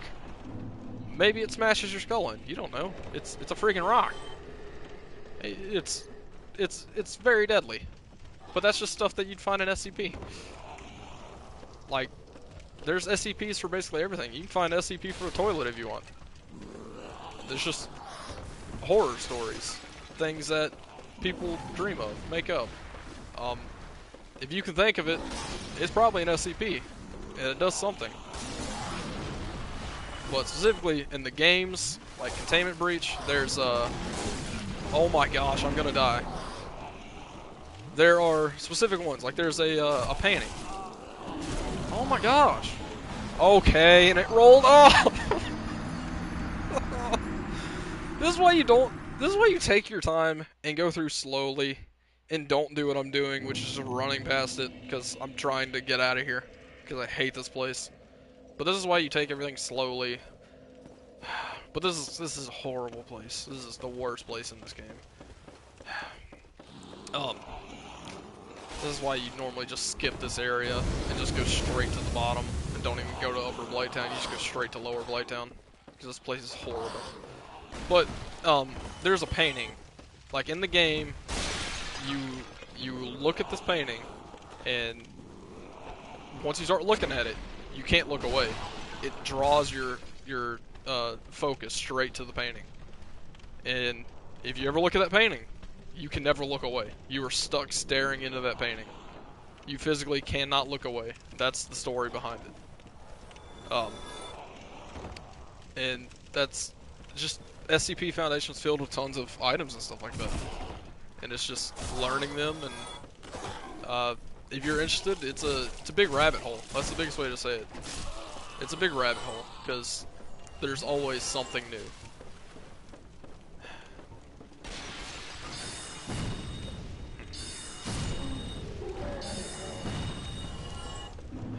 I'm gonna try to just kill all these things so I can get the heck out of here and be done. I said I was gonna be done in depths, and then I decided to finish off the depths, and I'm going on to Blighttown. But oh my gosh, I hate these toxic dudes. They're ridiculous.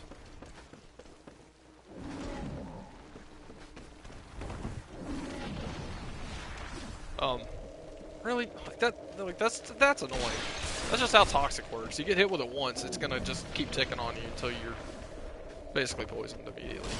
And toxic is not poison, so you can't use something to get rid of poison to get rid of toxic. And they can stack. Like I'm about to walk through poison water and get poisoned. I might be able to actually get around that, but okay. Let me cross to this bonfire. Now I'm not going back up to Upper Blighttown, even though I left a bunch of items up there. I'm not going back because I hate that place, and there's nothing I need there. There might be some spells. I don't know. Not worth it to me. Anyway, SCP Foundation, very cool. Big rabbit hole. If you want to go into it, you can. One of the most popular ones, probably the most popular one, is SCP-173. He is I don't even know. He's like a porcelain doll, basically. Maybe not porcelain. He's like kind of rock looking. Human size, but they kind of redid him later because he was based on someone's like painting originally. Copyright issues, but he's a really interesting one. He's the most popular for sure, but he's just a rock like statue that stands there. And his whole thing is, if you look at, like, someone, if you're near him, you have to look at him. You have to look at him. Kind of like the painting where you have to look at him, but it's not forcing you to look at him. But if you look away, he can move. As long as you're looking at him, he cannot move. He is stuck solid like a statue. But the second you look away, he can move. He can do what he wants. He's sentient. As long as you look at him, he doesn't move. He's stuck there. The second you look away or blink, he will move. And in the games, how that works is you walk into a room and he's standing there looking at you. He'll be somewhere randomly in the room. If you look away, he teleports. Because he doesn't walk, he just teleports. And so in that game, you are forced to blink. Every like few seconds, you blink. You have a meter that counts down how long until you blink, and you can force a blink. But if you walk into a room and you're looking at him and you blink, he teleports into you, snaps your neck, kills you immediately. Teleports in, suffocates you some way. You will die if you look away from him. And just thinking about that, the SCP Foundation is about what if all this stuff was real? What if it was there? What if you got put in that situation? That's the question I gotta ask you. If you got put in that situation, you walk into a room, SCP-173 standing there. If you blink, you're dead. That's what the SCP Foundation is. Secure, contain, protect. It was a foundation founded to hold on to these things, capture them, control them, study them. The whole SCP Foundation is about research. What are these things? What are these anomalies, we'll call them? And SCP-173, maybe he's out there. Maybe he's real. You don't know. There could be someone right now staring at him. You wouldn't know. Because they're doing the job of staring at them. In the tutorial of the game, though, you walk in the room. That's your job. Don't look away. You're in there with two other people. 3 people staring at him all at once. So one person has to blink while the others look. One person blinks, others look. If for some reason all 3 of you blink at the same time, you're probably all dead. Scary thought, but that's the SCP Foundation. Big rabbit hole, you don't learn about them? Go learn about them. I believe the website's literally called the SCP Foundation. Not hard to find. There's tons of SCPs. My favorite's the Plague Doctor. He's a popular one though. 049, I want to say his name is. Is that 049? I want to say it's 049. If you want to look at them, go ahead. You'll find SCPs for everything. Some of them are in the nightmares. That's where they live. Some of them's just a squeaking duck. There's a rubber duck. Doesn't do anything. It's just a rubber duck. But it's an SCP. It's there. They may turn and look at you occasionally, but it's just a duck. Little rubber duck. Doesn't do anything. It's not harmful. But it's an SCP. You can find it. Either way, I think it's about it for my Dark Souls for the day. I'm gonna look and see how far I've gotten on this character.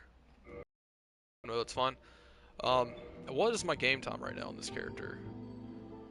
Almost 3 hours. And I'm only level 21. The one before it, 5 hours and 34 minutes. Level 69. I beat the game there. I'm back at the spawn, at the tutorial. That just shows you how long I'm taking on this spellcasting playthrough. I'm half the level, and I'm nowhere near being done with this game. So I told you, I'm not speedrunning this one. This is just a playthrough. That was 5 hours and 34 minutes. I'm gonna load into it real quick. You'll be able to see it. You can see. This is New Game Plus. Level 69. I'm still in the locked room. I think I picked up the key, but that door hasn't been opened yet. This is New Game Plus. You can see my stats. I got everything. Everything is, whatever. But, yeah. If you haven't seen that one, 6 hour long video, only 5.5 hours for the game though. On that one, I went through and I beat every single boss in the game. One playthrough. One sitting. I never left. I may have taken a bathroom break occasionally, but I was there the whole time. Let me go ahead and look at some of these real quick. Because the PS3, I'm not on the PS3 right now. I'm actually playing the remaster on the PS5. I got my PS3 camera sitting right beside it, actually. But no, I'm not on the PS3. I'm on the PS5 one. Man, finally, someone my age who knows creepy bosses. Yeah, I mean, yeah. Yeah, you'll never escape SCP.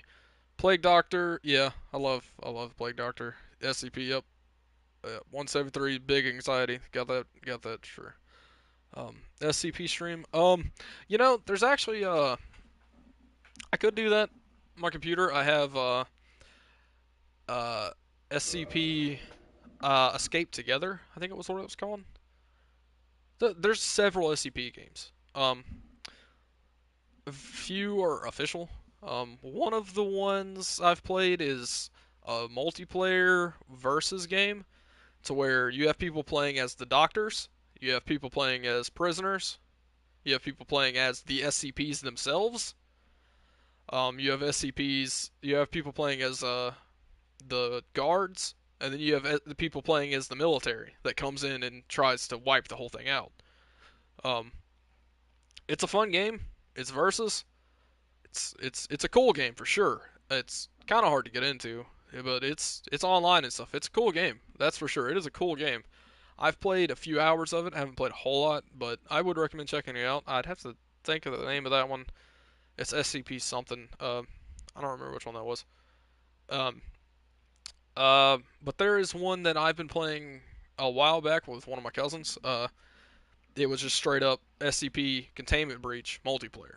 It is SCP Containment Breach, the actual SCP Containment Breach, exactly how it originally was, but it's co-op, and you spawn in with another person, or however many people you want. I think you could have up to like 16 people, and you're playing SCP Containment Breach, the exact way you would have played it when you're solo.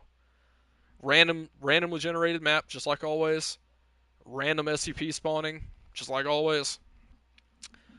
The difference is if you run into SCP-173, you have another person standing beside you that can help look at him. So you can blink and not get killed as long as they're looking at him. So you can take turns looking at him. Cool game. It works really well. I doubt there'd be a time I'd stream it. Possibly. I doubt it. Horror game I've been playing mostly has been Phasmophobia, which I know I've done a stream with that in the past.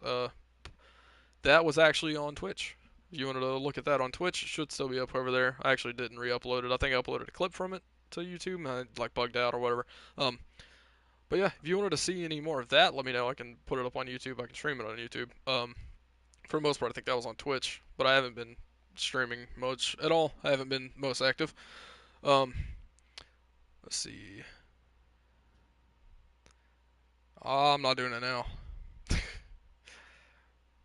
Yeah, I love me some horror games. I don't play them that much, but I do love them. I'm gonna go up here and show, yeah, Soul Level 1. 16 hours. 16 hours on the Soul Level 1. And that's the end of the game on Soul Level 1. I didn't speedrun it, but I'm at the end of the game on this playthrough. That's it, Level 1. If you didn't believe me, spoiler alert, because I'm about to go to areas that contain spoilers. I think I actually need to walk over, yeah. Well, I'll prove that I'm at the end of the game right here. This is a level 1 character. You can see it, you can see my stats, you can see my weapons. Is it? Very well, then. I said I was going through the DLC though. And I'm in the DLC with this character right now. So I have not beaten the game, but I wanted to do the DLC first. But I'm at the final boss. I've done every boss in the game besides the final boss in the DLC. I'm in the DLC right now. This was 16 hours. I would expect my other playthrough that I'm doing right now to be about this long. Maybe a little shorter, maybe a little longer, I don't know. But if you can see, that's open. I can go kill the final boss right now and be finished with this Soul Level 1, but I'm not going to. I'll do that on my own time later, but I want to finish the DLC first. Anyway, back to what I was saying. I don't know how long it's going to be until I get back to this. I'm about 3 hours in. Hopefully, my internet has been fine and everything. It hasn't been blurry, disconnected, or anything. I don't know. I'm on a whole new setup, so I don't know. Yeah, level 1. It takes a bit of practice, but I've done it. Definitely done it. Done it a few times actually, but yeah, this will be my caster playthrough. You know, what did I just click there? Yeah, that's my character I'm playing right now. Sorcerer. You can see everything I got. That's what we ended on today. I'm sure I'll be back at some point to play this again. I'm not gonna guarantee a time because I don't know when I'll have the time to do it. I just had time today, so I was like, why not? Anyway, I'm sure I'll be back to it. Can't say how long it'll be. But thank you everyone that has watched. I appreciate everyone that showed up. And my face is blurred again. Nice. But, yeah. I'm gonna go ahead and do my normal outro. Anything to say last in the chat? What's my favorite run? I mean, on this one, I don't know. All my favorite characters have been on the PS3, though. Not on this one. Oh, one interesting run I have done in this game. Don't have it on this one because I did it on PS3. But I got there was the recommended level cap for like PvP. I think it was 107. It's either 107 or 121, somewhere in there. I think it was 107 though. So you stopped at 107, and that's where the prime PvP spot was. Everyone PvP'd at 107. Now, if you went past that, you kind of weren't following the rules there. That was just an unspoken rule for the most part. Don't go past 107. But what I did was I